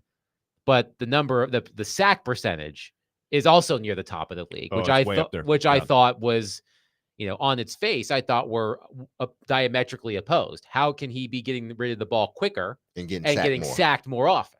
He is behind only Deshaun Watson in percentage of the time that he is being sacked, just over 13%. Yeah. So, I mean, when you're looking at Will Levis, when things are working at its best, and I know a lot of times it hasn't, but when things are working at its best, how does Will Levis look? I think I don't think it's nothing to write home to your mama about or your parents, but I don't think it's something that, you package him up and send him on his way either. It's just been, can you win with, in this league? No, you can't win with, You need somebody. You better have a hellacious roster around that. Absolutely. Yeah. You better have a damn good roster if your quarterback is playing football. Right. But so this goes back to our discussion about Sam Darnold, who, if he's available, somebody like that. And Darnold has made strides. I think we would have thought total bust before. And now you're like, okay, you got a hellacious defense with the Vikings. Yeah. You got a hellacious wide receiver that he's throwing to and a pretty decent running game. I thought an offensive line that looked competent, and you've got an 8-2 record with Darnold playing pretty good quarterback. So if you're looking at the Titans next year and your options are to pay a Darnold, a middle of the road starter, big money, big-ish money, not what you're paying Tua or Jordan Love or some of these guys that just signed, but that middle class number, hoping for a Baker Mayfield kind of thing. I think you have to take a look and say, well, what does our roster look like around that guy? Or are you better off hoping that Will Levis progresses to a 6 where you get he's meh, but he's cheap. Yeah. So I'd rather have a cheap than expensive. Yeah, no, you're right. You know? You're right about that. As my kids, as my son say, man, Dad, that was mid. Yeah, that was I, mid. I've come Yeah. to find out that Mid. mid is not good. You don't Mid want to is be not mid. good. It's not good at all. Yeah, Not wanna mid be is mid. not You good. definitely don't want to be overpaid mid. Exactly. If you're mid, then at least you want to be a bargain mid. Is Yeah. is mid worse than skippity toilet? Is that a thing? Whoa. Is that a thing that kids say these days? I from haven't what heard I've my heard, kids no. say skippity toilet, but Yeah, I don't think mid I've heard is that. like the bad, I guess. My You're son always just says mid. Yeah, You're just in the middle. yeah, You're it's just mid. This is nothing spectacular. My son isn't old enough for slang yet, Uh-huh. so I don't know any of these things. Based or skippity toilet. I get mid though. I'm not Yeah. that much. I'm not that old, but even some of this slang is above my head. But I mean, listen, if you have if Will Levis turns out to be this season or mid this season, I think you have to go into the offseason thinking we need to have a better backup option just in case. Again, I'm not saying that you just totally dismiss Will Levis after the season, depending on how he plays. Now, if he falls off the cliff again, then yeah, you got to dismiss him. But if he just continue incrementally getting better and yeah, you may not be winning, but he's not making those same mistakes, then I think if you want to roll him back out there next year, you have to have something that the fans can look at and say, okay, if Will doesn't work out the first 5 or 6 games, at least we got a more than comparable backup that can come in and keep the ship afloat and us win some games. Howie from Houston is on our phone line, driven by Wilson County Hyundai.com. Howie, thank you for calling. Please go ahead. Yeah, what's up, guys? My pleasure. Hey, first of all, man, y'all are wearing the long sleeve shirts in Houston. I am jealous of you. We hope every year for the winter, the fall to come, and maybe February comes, so y'all looking comfortable. Jealous over here. Maybe it'll come in February. But so on the Will Levis progress meter, here is my take. You know, it's when you go to the doctor for your checkup and they check your heartbeat, with your blood pressure, and you can see the little odometer kind of go boop, boop, boop, boop, just a little bit. That's where I'm at with Will Levis. It's just kind of ticking. He has a heartbeat now where he was dead. to me. You're saying he was close to Before. flatline. You had to get the paddles out. Mm-hmm. Exactly. He was close to gone in the grave, but now a heartbeat. So I have him at 6.5, where he is what he is, but he could be a guy. Could be Interesting. 7. Interesting. So, Okay. I have a question, if you don't mind. No, go ahead. We're discussing options at quarterback to go forward. What if we went another direction? A rookie is also cheap too. And if, say, we are in the range of a quarterback that's draftable in the first round, would we maybe go that option of drafting I'm going to say, of course, Cam, but also maybe a Shedeur Sanders, and then maybe have them both duke it out for the future of the quarterback? Love your thoughts on that, guys. Thanks for the show. Appreciate it. Thanks, Howie. Thank you. And you know what they say? Howie's saying that Will Levis has risen from the ashes. Mhm. Without ashes to rise from, a phoenix would just be a bird getting up. Yeah, pretty much so. So what Yeah. you calling Will a Phoenix? Yes. Is he Okay. rising from the ashes? Yeah, I It's guess a so. rising Phoenix. Okay, but Howie did make an interesting comment toward the end. Drafting, because we've been talking about the Titans potentially getting 1 or 2. If they get number 1, package it all together, move out of that, and I'm sure you will be moving no further than probably 5th or 6th. And they don't look at both of these quarterbacks. Even though I do like Shedeur Sanders, the more and more I'm starting to think about it, it's like, can he operate outside of an offense that isn't spread 5 wide out? Can he operate in a true sort of NFL offense, 3 wides, maybe sometimes 4, but we're not spreading out every play like they do in Colorado. So I still believe he's a first rounder, top 10 pick, but I'm not sure that he's a number 1 pick at this point. So if that's the case, if I'm thinking that way, you get the number 1 pick, you package it out, move to 5, 6, 7, you get your draft, you get your draft picks, And then you still may be in a position to draft one of these quarterbacks, Shador Sanders or Cam Ward or the kid Ewers in at Texas. You still can draft your first round quarterback and get other players because what you have done, you've accumulated draft picks. So you can do that. You can serve both purposes. You can get the picks and you still can get your quarterback later in the first round. Right. I think that's what you're weighing is how do our people Mhm. evaluate those guys, the Exactly. quarterbacks that are available, Mhm. versus if Will Levis gets to a 6 Mhm. and you're saying, could he be what's more likely to happen? That guy we want to draft is worth the pick and can be better than Will Levis, Mhm. or what is there a better chance that Will Levis as a 6 could maybe get to a 7 with another year? Mhm. And we use those picks that we get to improve the roster around him. Those are the things you're trying to weigh. 615-737-1025. For all who love chaos, I don't know if you know this about me. I love chaos. Some would say I What? even love maximum chaos. The SEC standings, that's the place to be if you love chaos. We'll discuss the state of the SEC next. Willie Donick, Derek Mason, Adam Vingan, 1025, 1063, The Game.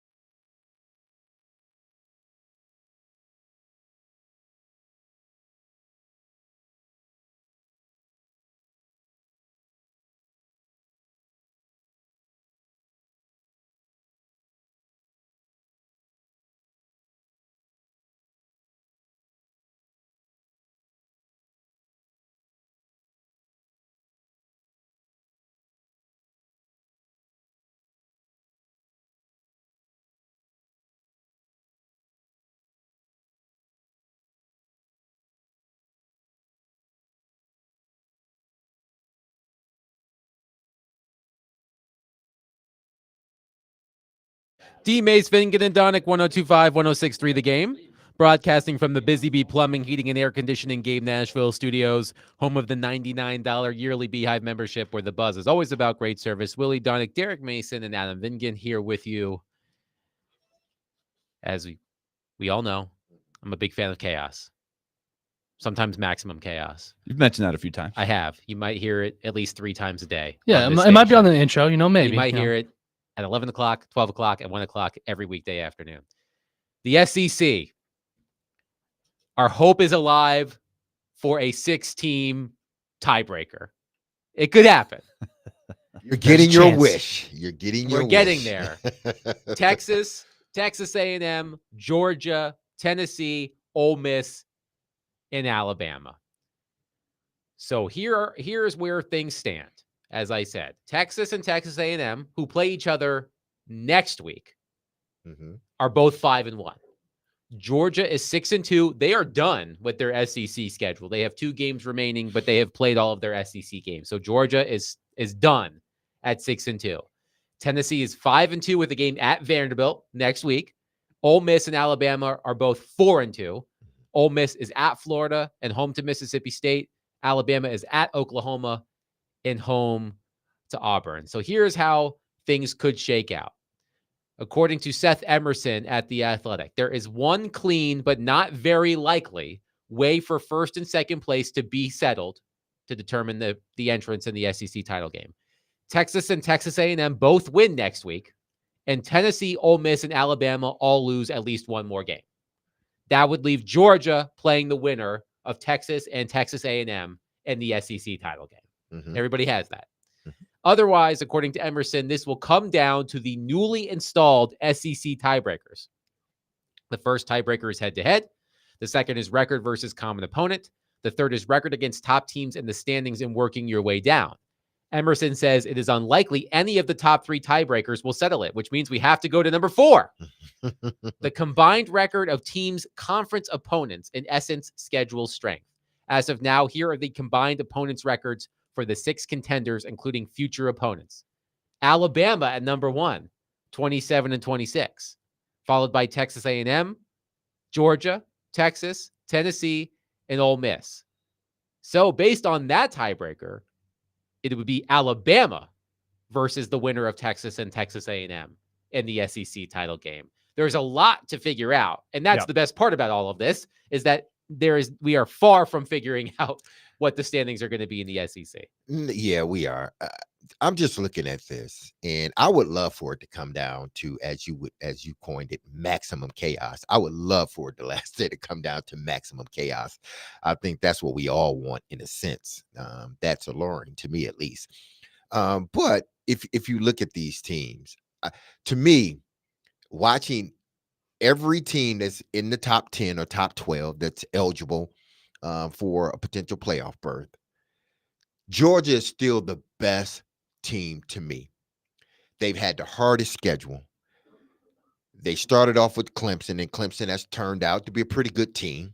I think Clemson has 2 losses now, but they're still vying for a spot in the college they've got football the inside playoff. track Exactly. to win that league. Then you look at the Alabama game. That was a close game. Actually, they came back and took the lead in that game. Then they beat Texas. They lost to Ole Miss, which I think they wanted to ball that game up and forget about it very quickly. But if you look at their schedule, Georgia, to me, is the best team in college football. Now, a lot of it hinges on Carson Beck. If Carson Beck plays like he did last week and like he did last year and like he did at spots this season, clearly, hands down, Georgia's the best team. But we can't always say that about Carson Beck because he hasn't played that way. He's been probably one of the most inconsistent quarterbacks in college football. But if he's on his game, there's nobody that can beat Georgia, I don't think. Because Georgia has proven, even when they're playing bad, they put themselves in a position, i.e. the Alabama game, to go out and potentially win games like that. They are tested. They have the coach that can do it.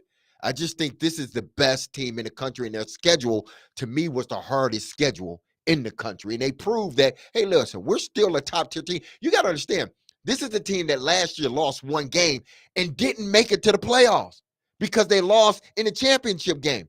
How does that happen? When you go the whole season, don't lose a game, and then you lose in your championship game, and then they leave you out.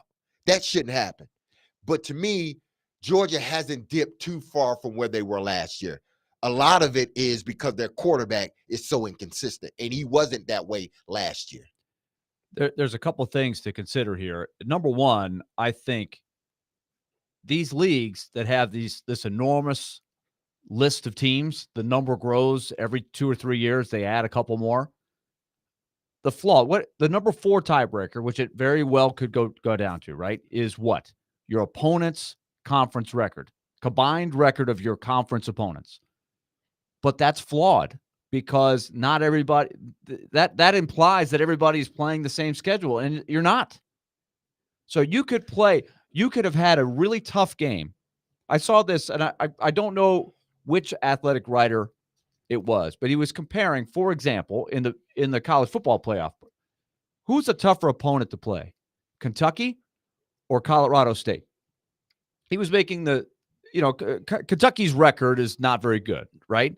Kentucky is at this point, let's see, where's the SEC standings? They got a losing record. They're 1-6 in the league, 4-6 overall. But winning at Kentucky, or even take Auburn, 1-5 in the league. Winning at Oklahoma, 1-5 in the league. That's not an easy game. But in the conference record, it is what it is. That's especially if you were playing at Oklahoma, like Tennessee's win at Oklahoma. That's not an easy place to go in and win. They did, but that record will show in the strength of conference record as a 1-5, and that's not the same thing as maybe beating, let's say Vanderbilt at home or Missouri at home when Missouri had their quarterback hurt. Something like there's things that are flawed with that tiebreaker system, but you're forced to do it when you have 50 teams in the league, which brings you to the next point is it an advantage to even make the SEC championship game? And it's funny you mentioned that because Paul Feinbaum was asked this very question on Get Up today. This was what Paul Feinbaum said on whether it is a detriment for an SEC team to qualify for the title game. Making the conference championship game should automatically be better than not making it. So getting in there and losing should not put you behind a team that didn't make it and thus didn't have that opportunity to lose. That's how I view it. Paul, you are the dean of the SEC. How do you view it? I agree with you, Greeny. SEC Commissioner Greg Sankey told me last week it should be a reward to get to the championship game. But the bad news is it is not. Kirby Smart last year had an undefeated regular season. He went to the championship game, lost to Nick Saban, and got knocked out of the playoffs. So, yes, it's what Lane Kiffin said is correct. You'd rather not go there. But the problem is you don't have a choice in the matter. There's going to be a tiebreaker, and you get in based on a number of tiebreakers. But the situation for Kiffin could be very dangerous. Here's why he doesn't want to go, because if he goes with a 10-2 record and loses, he is probably going to get knocked out because he has a loss to Kentucky, which is extremely bad. So it doesn't matter whether you want to or not. You better win the game if you go, though, if you end up with 3 losses, because you're very likely going to get knocked out. That was Paul Feinbaum on Get Up. And these are the comments from Lane Kiffin that he was referencing. Kiffin said this on Monday during his weekly news conference. Quote, "I've talked to other coaches, so I'll just kind of give you the feeling from some other coaches that, they don't want to be in it. The reward to get a bye in the college football playoff versus the risk to get knocked out completely. I mean, that's a really big risk just to get a bye. I think it's ended up being a very unique situation of all postseason sports, the way that system is set up there, and how you could go to the SEC championship game and get knocked out of the CFP race. And if you don't go, you're in." He has a point. He does have a point here. That last game is going to be critical in all of this. That Texas and Texas A&M game. I believe that is next week. Next week, yeah. That Texas and Texas A&M, because it has a team like Georgia who, if they play Texas, they've beaten Texas already. So I'm sure they will feel much more confident walking in playing Texas. Now, I'm sure they'll be confident whether they play Texas or Texas A&M. But the the backdrop to that, or the flip side of that is, if you lose that, you're done. You're not even making it to the playoffs, because now you would have had 3 losses in your season. And that team, say Tennessee, who's sitting right outside with 2 losses, they're like, good, let Georgia go. Please let them go. Because if Georgia lose, now that pushes us up into the college football talk. That pushes us up. Now we become hopefully one of those 12 teams. So I'm with Lane Kiffin in this situation. Like, I would rather not make it and have 2 losses than to make it with the 2 losses. And then that's the end all be all. That championship game, the SEC championship game, is it. Like, if you lose, you're going to a bowl game. If you win, now you're in the college football playoffs. It's even a wash for the champion. Let's say Texas wins against Texas A&M. They win out. Mm-hmm. They win the SEC championship game. Well, that's great, but they still will end up playing the same amount of games because they get a bye in the tournament, Mm-hmm. but they still play the extra game because they went to the SEC championship game. Yeah. So it's not an advantage. I think, like, if you're sitting, like, let's say Lane Kiffin gets what he wants, doesn't go to the championship game. Well, he's got to win 4 games in the postseason, and Texas would have to win in that hypothetical 4 games to win a championship. Yeah. So you don't get a shortcut for even winning the championship. It's just when So you get the bye. We know there's only really, if you're applying logic to this, the only real solution would be to not have the championship game. It's not a shortcut in any way. There's only one reason to have it. Money. Yeah. And that will be would you sacrifice the money for the good of your players and for the team? Nope. I can answer that question right now. Nope. They won't. Yeah, because it's obvious that the Or loser they will not. It's Excuse obvious me. that the loser of the championship game is really in peril, Mm-hmm. right? Of getting passed up by everybody else that's going to be vying for an at-large bid. Okay, so That's going to be the 3rd loss forever for that team. That will be the 3rd loss, that's going to be a major strike against them. So here's a question for the both of you, because Texas and Texas A&M play at the end of the season. Which one would you rather be?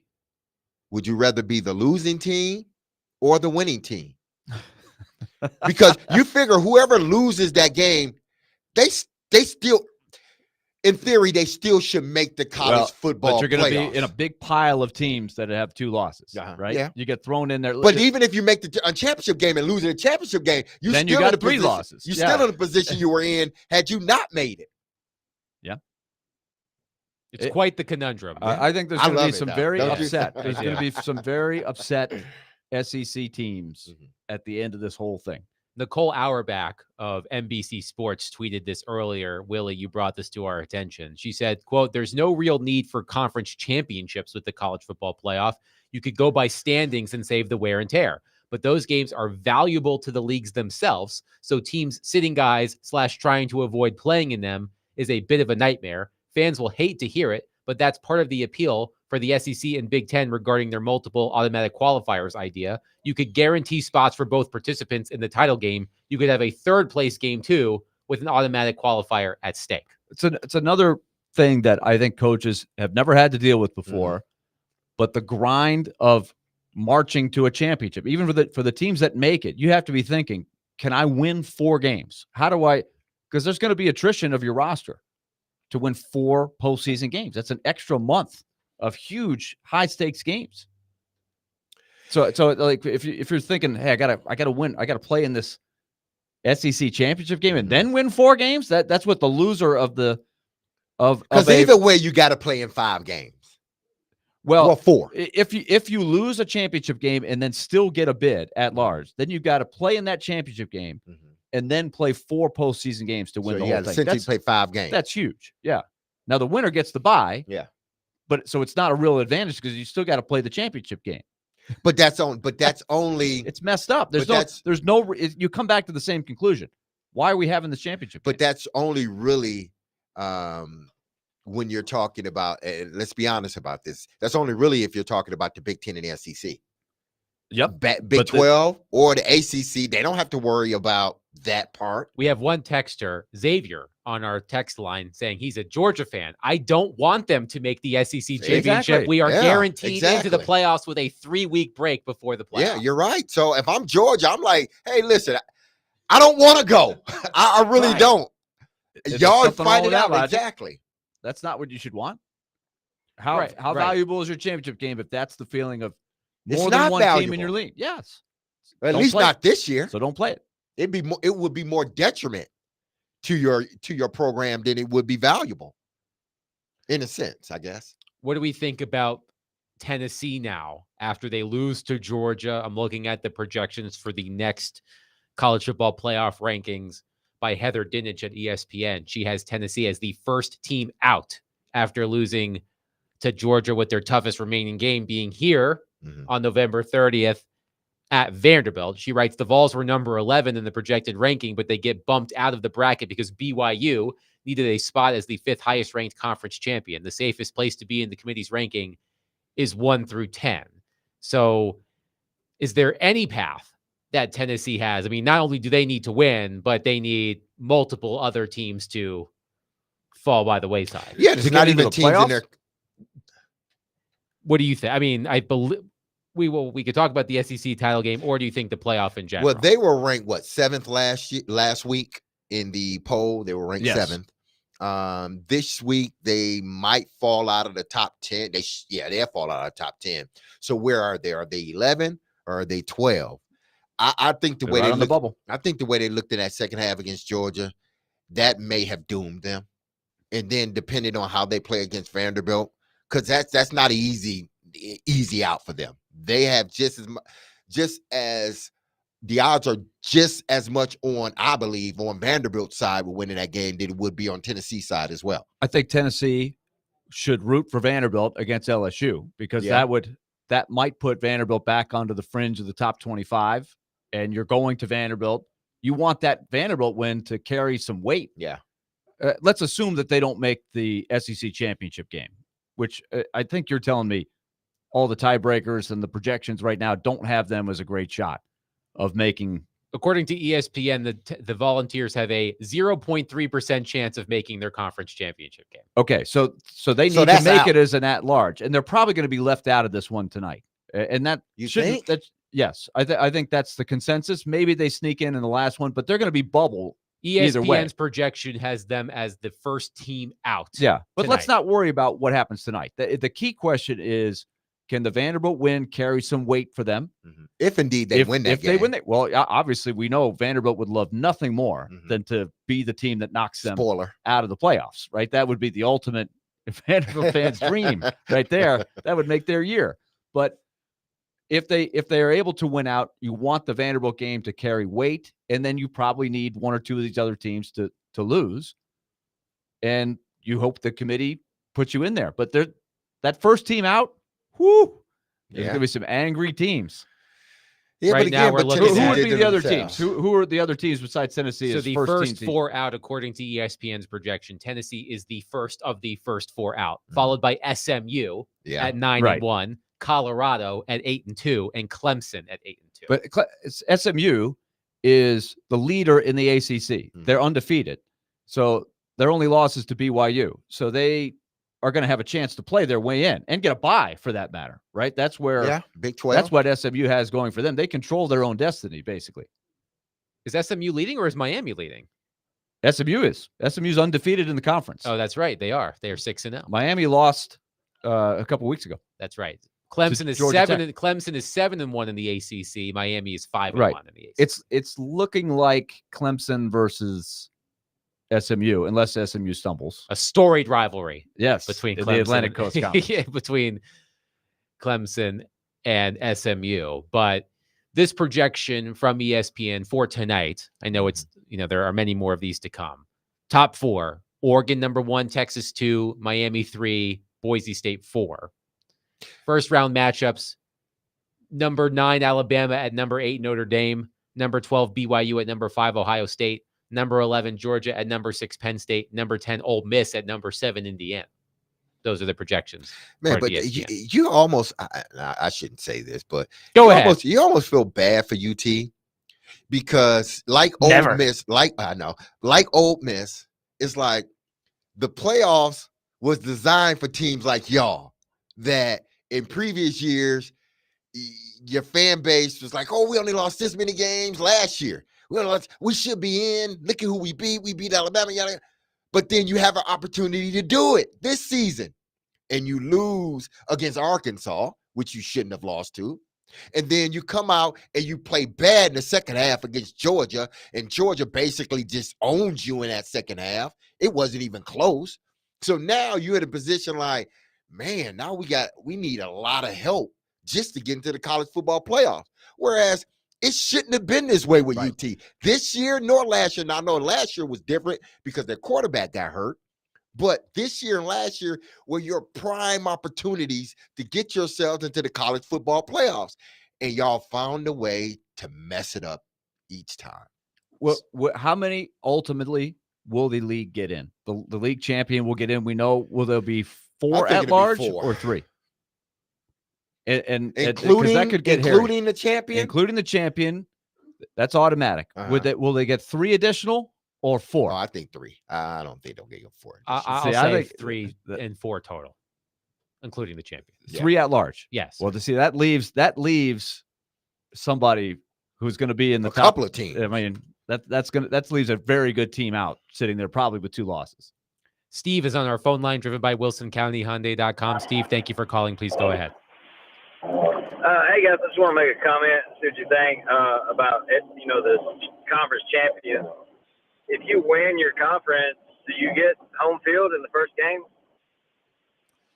Yes. And I don't know if so, but I was just thinking maybe that'd be an incentive. And even if you have a weaker record, would that be an incentive to get into the championship game? Thank you for calling. Just to Steve. get that home. The quarterfinal is home sites. Is No, that right? no. It's so the first 4 games. So like the 5 like through the 12, the 6 4 at through large, 11, they 7 do through not get 10. home field advantage. So you get a bye, but you don't get a home No, field in the those quarter. games are played at the Bowl major games. bowl Yeah, the major sites. Okay, bowls. so there's another thing to think about. You get the bye, but you don't. That first game isn't a home field Right, advantage. you're playing at the Sugar Bowl Yeah. or the Orange Bowl or the Interesting. Rose Bowl. You're not Mhm. playing on campus. The 5 through 12, They get to play 6 at through home. They get 11, the- 7 yeah. through 10, 8 through 9. Those games are played on campuses. The other games are played at neutral sites. Mm. So if you are It's another reason that the winning the conference championship game isn't all that great shakes.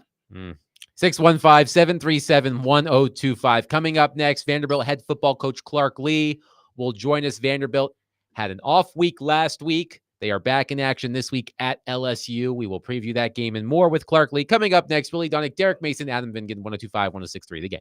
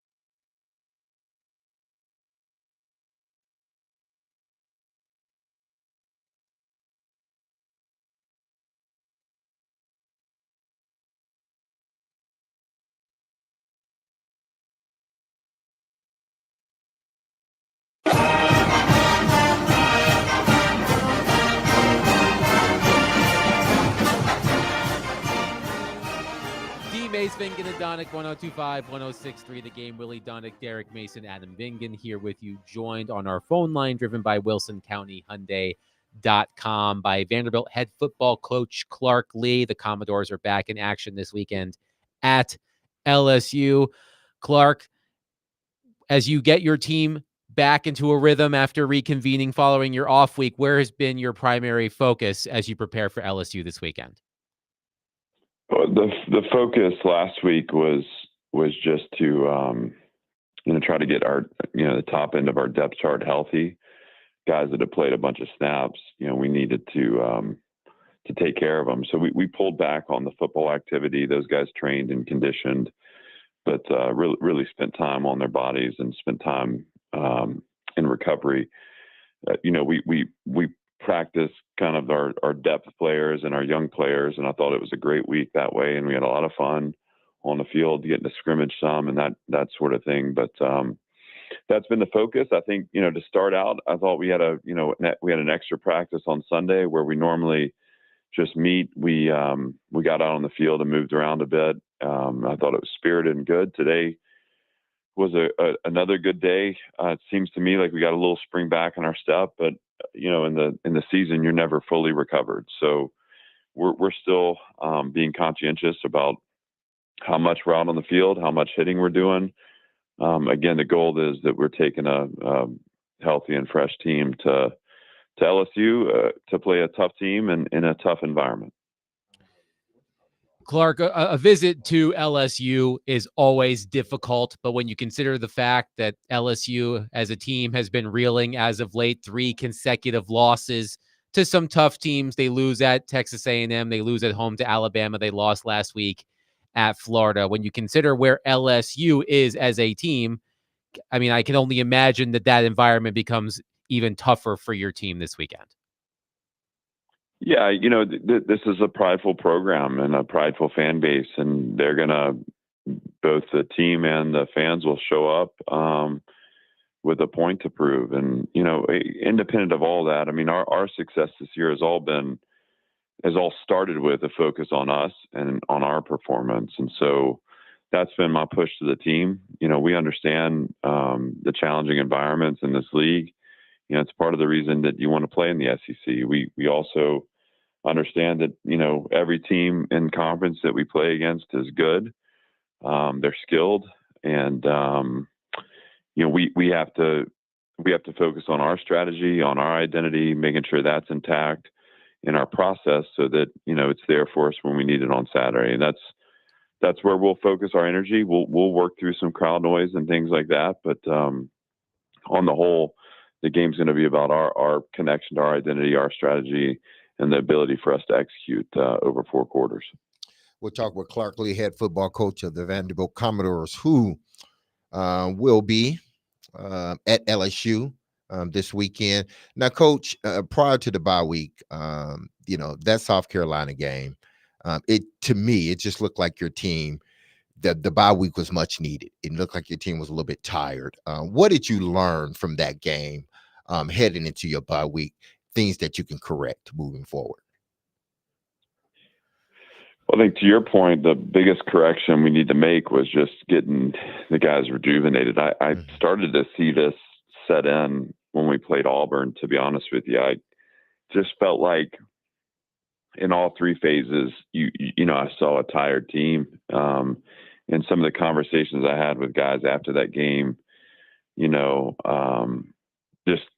the feelings they had around, fatigue setting in over the course of the game. And, we were able to find a way to win. And we kind of found the energy reserves when we needed them. But, I sensed then that the wear and tear of the year was starting to have an effect on performance. We really stripped back practice heading into the South Carolina game. And I just don't know that we were able to get back to the personality that we had been playing with that had been so effective. And I want to stop short of making an excuse, because ultimately we're just a team that has to play a certain way to be in games and to win games. And obviously there are things structurally that we need to improve upon from South Carolina. But I think the biggest disappointment that I had and that our program had was that we didn't feel like we carried the same attitude and kind of competitive edge over 4 quarters that's made us, who we are. And it's a great reminder that, when we don't play to that personality, when we don't play to our identity and our strategy, that, we're in a league where teams can put distance between you and them. And we happen to run into a South Carolina team that was, I think, is hitting a stride here and is a physical team and a good team. So all that to say, the biggest focus on what we needed to improve upon was on the physical aspects of our performance. I mean, obviously you go through self-scouting exercises, and a lot of that at this point in the year is really, eliminating things that are on the call sheet that you don't do well, amplifying the things on the call sheet that you do well, and just doubling down on kind of the base structures and the offense, defense, special teams, identity that again make us who we are and make us effective in our execution. Now, your quarterback Diego Pavia was trying to get an extra year, and came back that he wasn't going to be able to get that extra year, but he's appealing it. What conversations have you had with him since the ruling came down? Well, the initial response was not unexpected. There's I think another meeting that'll be held early in December that'll give us more kind of perspective on where this thing ultimately is headed. I support Diego. I love having him as a part of this program. I'm anxious to see where this goes in the courts. That's about the extent of it for me. I mean, we don't talk a ton about what's next, other than, just I know this guy wants to play football as long as he possibly can, and I want to support him in that journey, whether that's, continuing to play in college or certainly pursuing NFL dreams. But the thing about Diego Pavia is, you come across guys every now and again in this game that are just one of one. They're unique. Their approach, their attitude, their discipline. This guy is really smart. He's a great teammate. He's a great community member. He's become one of my kids' favorite, my children, their favorite players, which always is meaningful to me because, kids tend to see through kind of what's disingenuous, and Diego's such an authentically good person that that's why he has had the success on the field. That's why he'll continue to have success as a football player, and ultimately why he's going to be wildly successful in life beyond the game. And so, again, a great team member, a great program member. I'm hopeful for him to get that year back, but supportive of him no matter what. Clark Lea is with us, Vanderbilt head football coach. And Coach, I'm sure it's been a challenge for him, and he seems to have done really well going from a total unknown before the season started to getting all of his attention. And then you just throw on what Derek just asked you about with the trying to gain another year, et cetera. How have you watched him balance all of that? Because that would have to be a challenge for a kid his age. Well, he's I mean, I appreciate the perspective. He's unique in this respect. I mean, I think he knows who he is. Like, there's a high level of self-awareness. Diego has an ability to engage in things that are external without giving himself over to them. And so he, and I talked to him about this, I think it was last Thursday, just how impressive it is that he can navigate all those things that come up when you're getting this attention. And he's way cooler than I am, by the way. So, I mean, I actually, y'all aren't supposed to laugh at that. You're saying, no, he's not. Clark, you're cool too.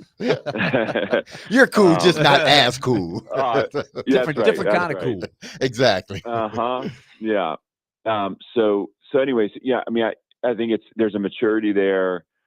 There's a maturity there. He's also he dedicates himself to the team. He dedicates himself to his process. So some of those things, if you just kind of can stay focused on, what the process asks of you, it keeps you from lingering too long in kind of the what ifs that are out there. And look, it's the same level of discipline and focus that you want your own kids to have. I mean, it's impressive. And gosh, he loves to compete, and he wants to be a great competitor, and he doesn't look at these, opportunities as, he doesn't take them for granted. And so again, he's focused on how he can play the best he can possibly play in Baton Rouge on Saturday with all the things that are kind of brewing outside. He doesn't let that take his focus from the task at hand. Clark, one more for you before we let you go.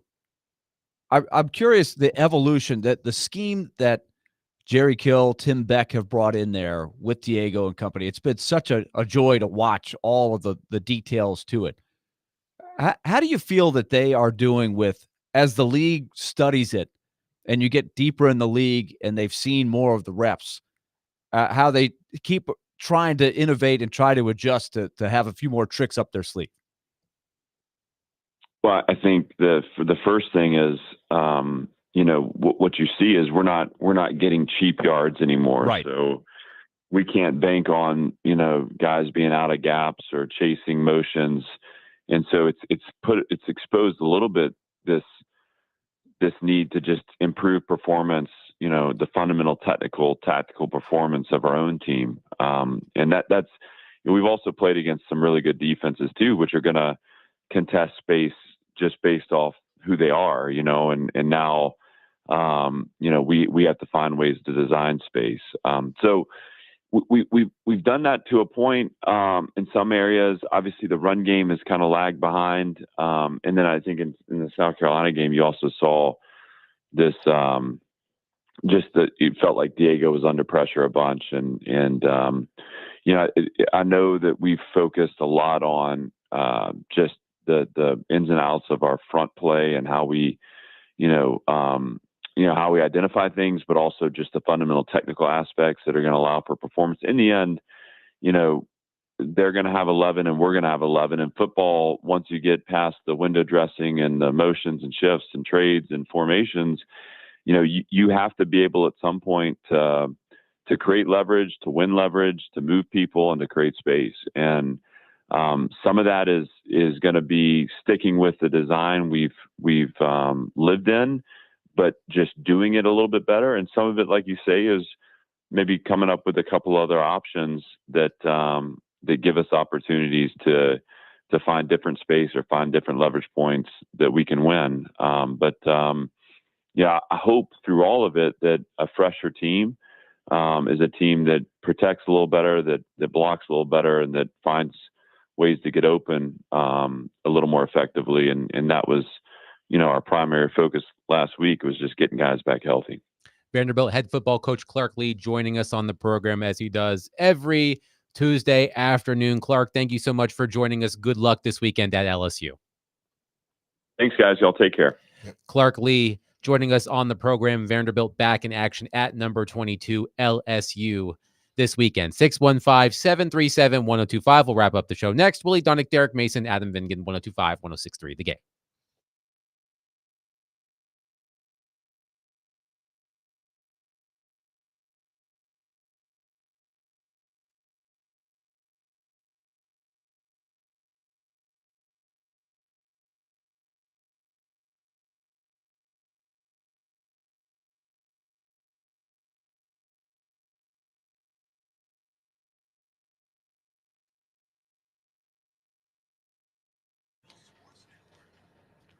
Hey, this is Derek Mason. You heard me tell you about Dr. Lodge and his staff at Cool Springs MD for some time. If you have set out to lose weight, chances are it's not your first time setting a resolution to shed some extra pounds, only to face disappointment. But at Cool Springs MD, Dr. Lodge and his team understands the frustration of this cycle, and that is why they offer a different approach to weight loss. Their comprehensive weight loss program is led by Dr. Jeffrey Lodge and addresses the root cause of weight gain with tailored nutrition, exercise, blood test supplements, and more. They will customize a program specific to you and no one else. So connect with Dr. Lodge at CoolSpringsMD.com today to schedule your appointment for a personalized weight loss plan just for you. That's Cool Springs MD, where your weight loss journey becomes a success story.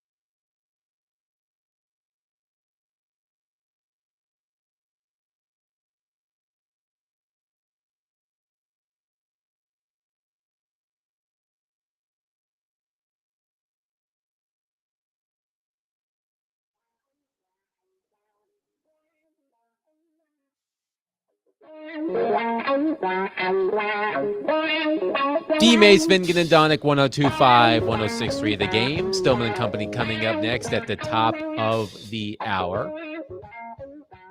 The Predators, who normally play on Tuesdays, don't have a Tuesday game today. They wrap up their road trip tomorrow at Seattle. A late game, puck drop at 9, pregame at 8, right here on 102.5, 106.3 The Game. It is a nationally televised game being broadcast on TNT. I believe the Predators' only TNT appearance this season. Brendan Burke, Jennifer Botterill, and Darren Pang will be on the call for that game tomorrow night at 9. But the Predators win on Sunday. They defeat the Vancouver Canucks. So if we're looking at this 7 of 8 games on the road stretch, which started with a back-to-back in Washington and Florida, Willie, correct me if I'm wrong, their record is 2-3-2 in those 7 games. Yes, I would say so. So That is correct. 2-3-2 in those 7 games. So they obviously they started off by losing the first 2. Right. They started 0-2, losing regulation games in Washington and Florida. They come home, they beat Utah. They go to Colorado, lose in overtime, go to Edmonton, lose in overtime, lose in regulation to Calgary, and then win in regulation against the Canucks. So pretty tough stretch yes, of teams. When you, and also considering the amount of travel that they've 4 had to time do. zones. A lot, normally a Wednesday night game in mid-November against the Seattle Kraken does not seem like an important game. But Will, you mentioned this yesterday, how we feel about the Predators over the course of these past 8 games that the result tomorrow night will play a big part in that. If they win, come back 3-2, it's not great. You would hope for more considering the hole that they dug for themselves at the beginning of the season, but getting points in 5 out of 8 games, you could certainly say that's respectable considering all of the travel. If they lose this game, let's say they lose in regulation, they come home 2-4-2, we're having a much different conversation. So as far as mid-season Wednesday games in November against the Seattle Kraken are concerned, it's a pretty big one for them tomorrow. Yeah, you're going back to the back-to-back Washington, Florida, yes, which incorporates all 4 of the time zones. I think they looked at the 5-game trip out west as its own thing. And I think that's why when they come home from Seattle after the game, if they win that last game, I think they will look at that trip and say, okay, good trip. You've got a little momentum coming back. You had some team bonding time. They were together. The first road trip, Washington, Florida, there was no time for team bonding. That was a lot of travel. That was get in, play, hop a plane, go play, come right back. But I think they looked at this first road trip or this long road trip as really the first time you could actually do the things that you like to do on the road as a team to try to bond, do some team building. If you exclude those 3 games, if you just look at this road trip, they are 1-1-2. Right. So in my mind, 1-2-2 is quite a bit different feel, especially if you lost the last one in regulation, than 2-1-2. So this is a big swing game, and then you have a couple of days to regroup before you play a Winnipeg team on Saturday that obviously is off to a tremendous start, but maybe coming back to earth just a little bit. Winnipeg, I believe, has a huge game tonight against Florida. And that will be a headliner up there. They do. And then they go to Pittsburgh on Friday before they come to Nashville on Saturday. So, look, at some point along the trek here, Nashville is going to have to reel off, some sort of stretch where they win 8 out of 10, 15 out of 20, something like that to correct the hole that they have dug themselves. It doesn't have to happen right now, but I hear Barry Trotz talking about this a lot in segments, right? This would be a solid segment given the amount of travel they've done and the time zones and the teams they've played. A 2-1-2 stabilizing. They've still got some issues with the roster that they're trying to get better. The defensive game overall, I think, is correcting. It's getting better. They're not giving up as much free offense as they were at the beginning of the season. What has to kick in is the offense that you saw on Sunday night. They actually showed some explosiveness. The goal scorers, the top 6 guys made plays. If they can put it all together, I think that's the makings of the type of run we're talking about that has to happen eventually. Predators captain Roman Josi will join our program right off the jump tomorrow at 11:05. Looking forward to speaking to Roman Josi. We'll have Jonathan Hutton, Chris Mason, Mitch Light. We'll get into Predators, Titans, college football, And we'll do it all tomorrow at 11 a.m. Stillman and Company coming up next, 102.5, 106.3 The Game. Be loved, love on your people. Have a wonderful and blessed Tuesday. Peace.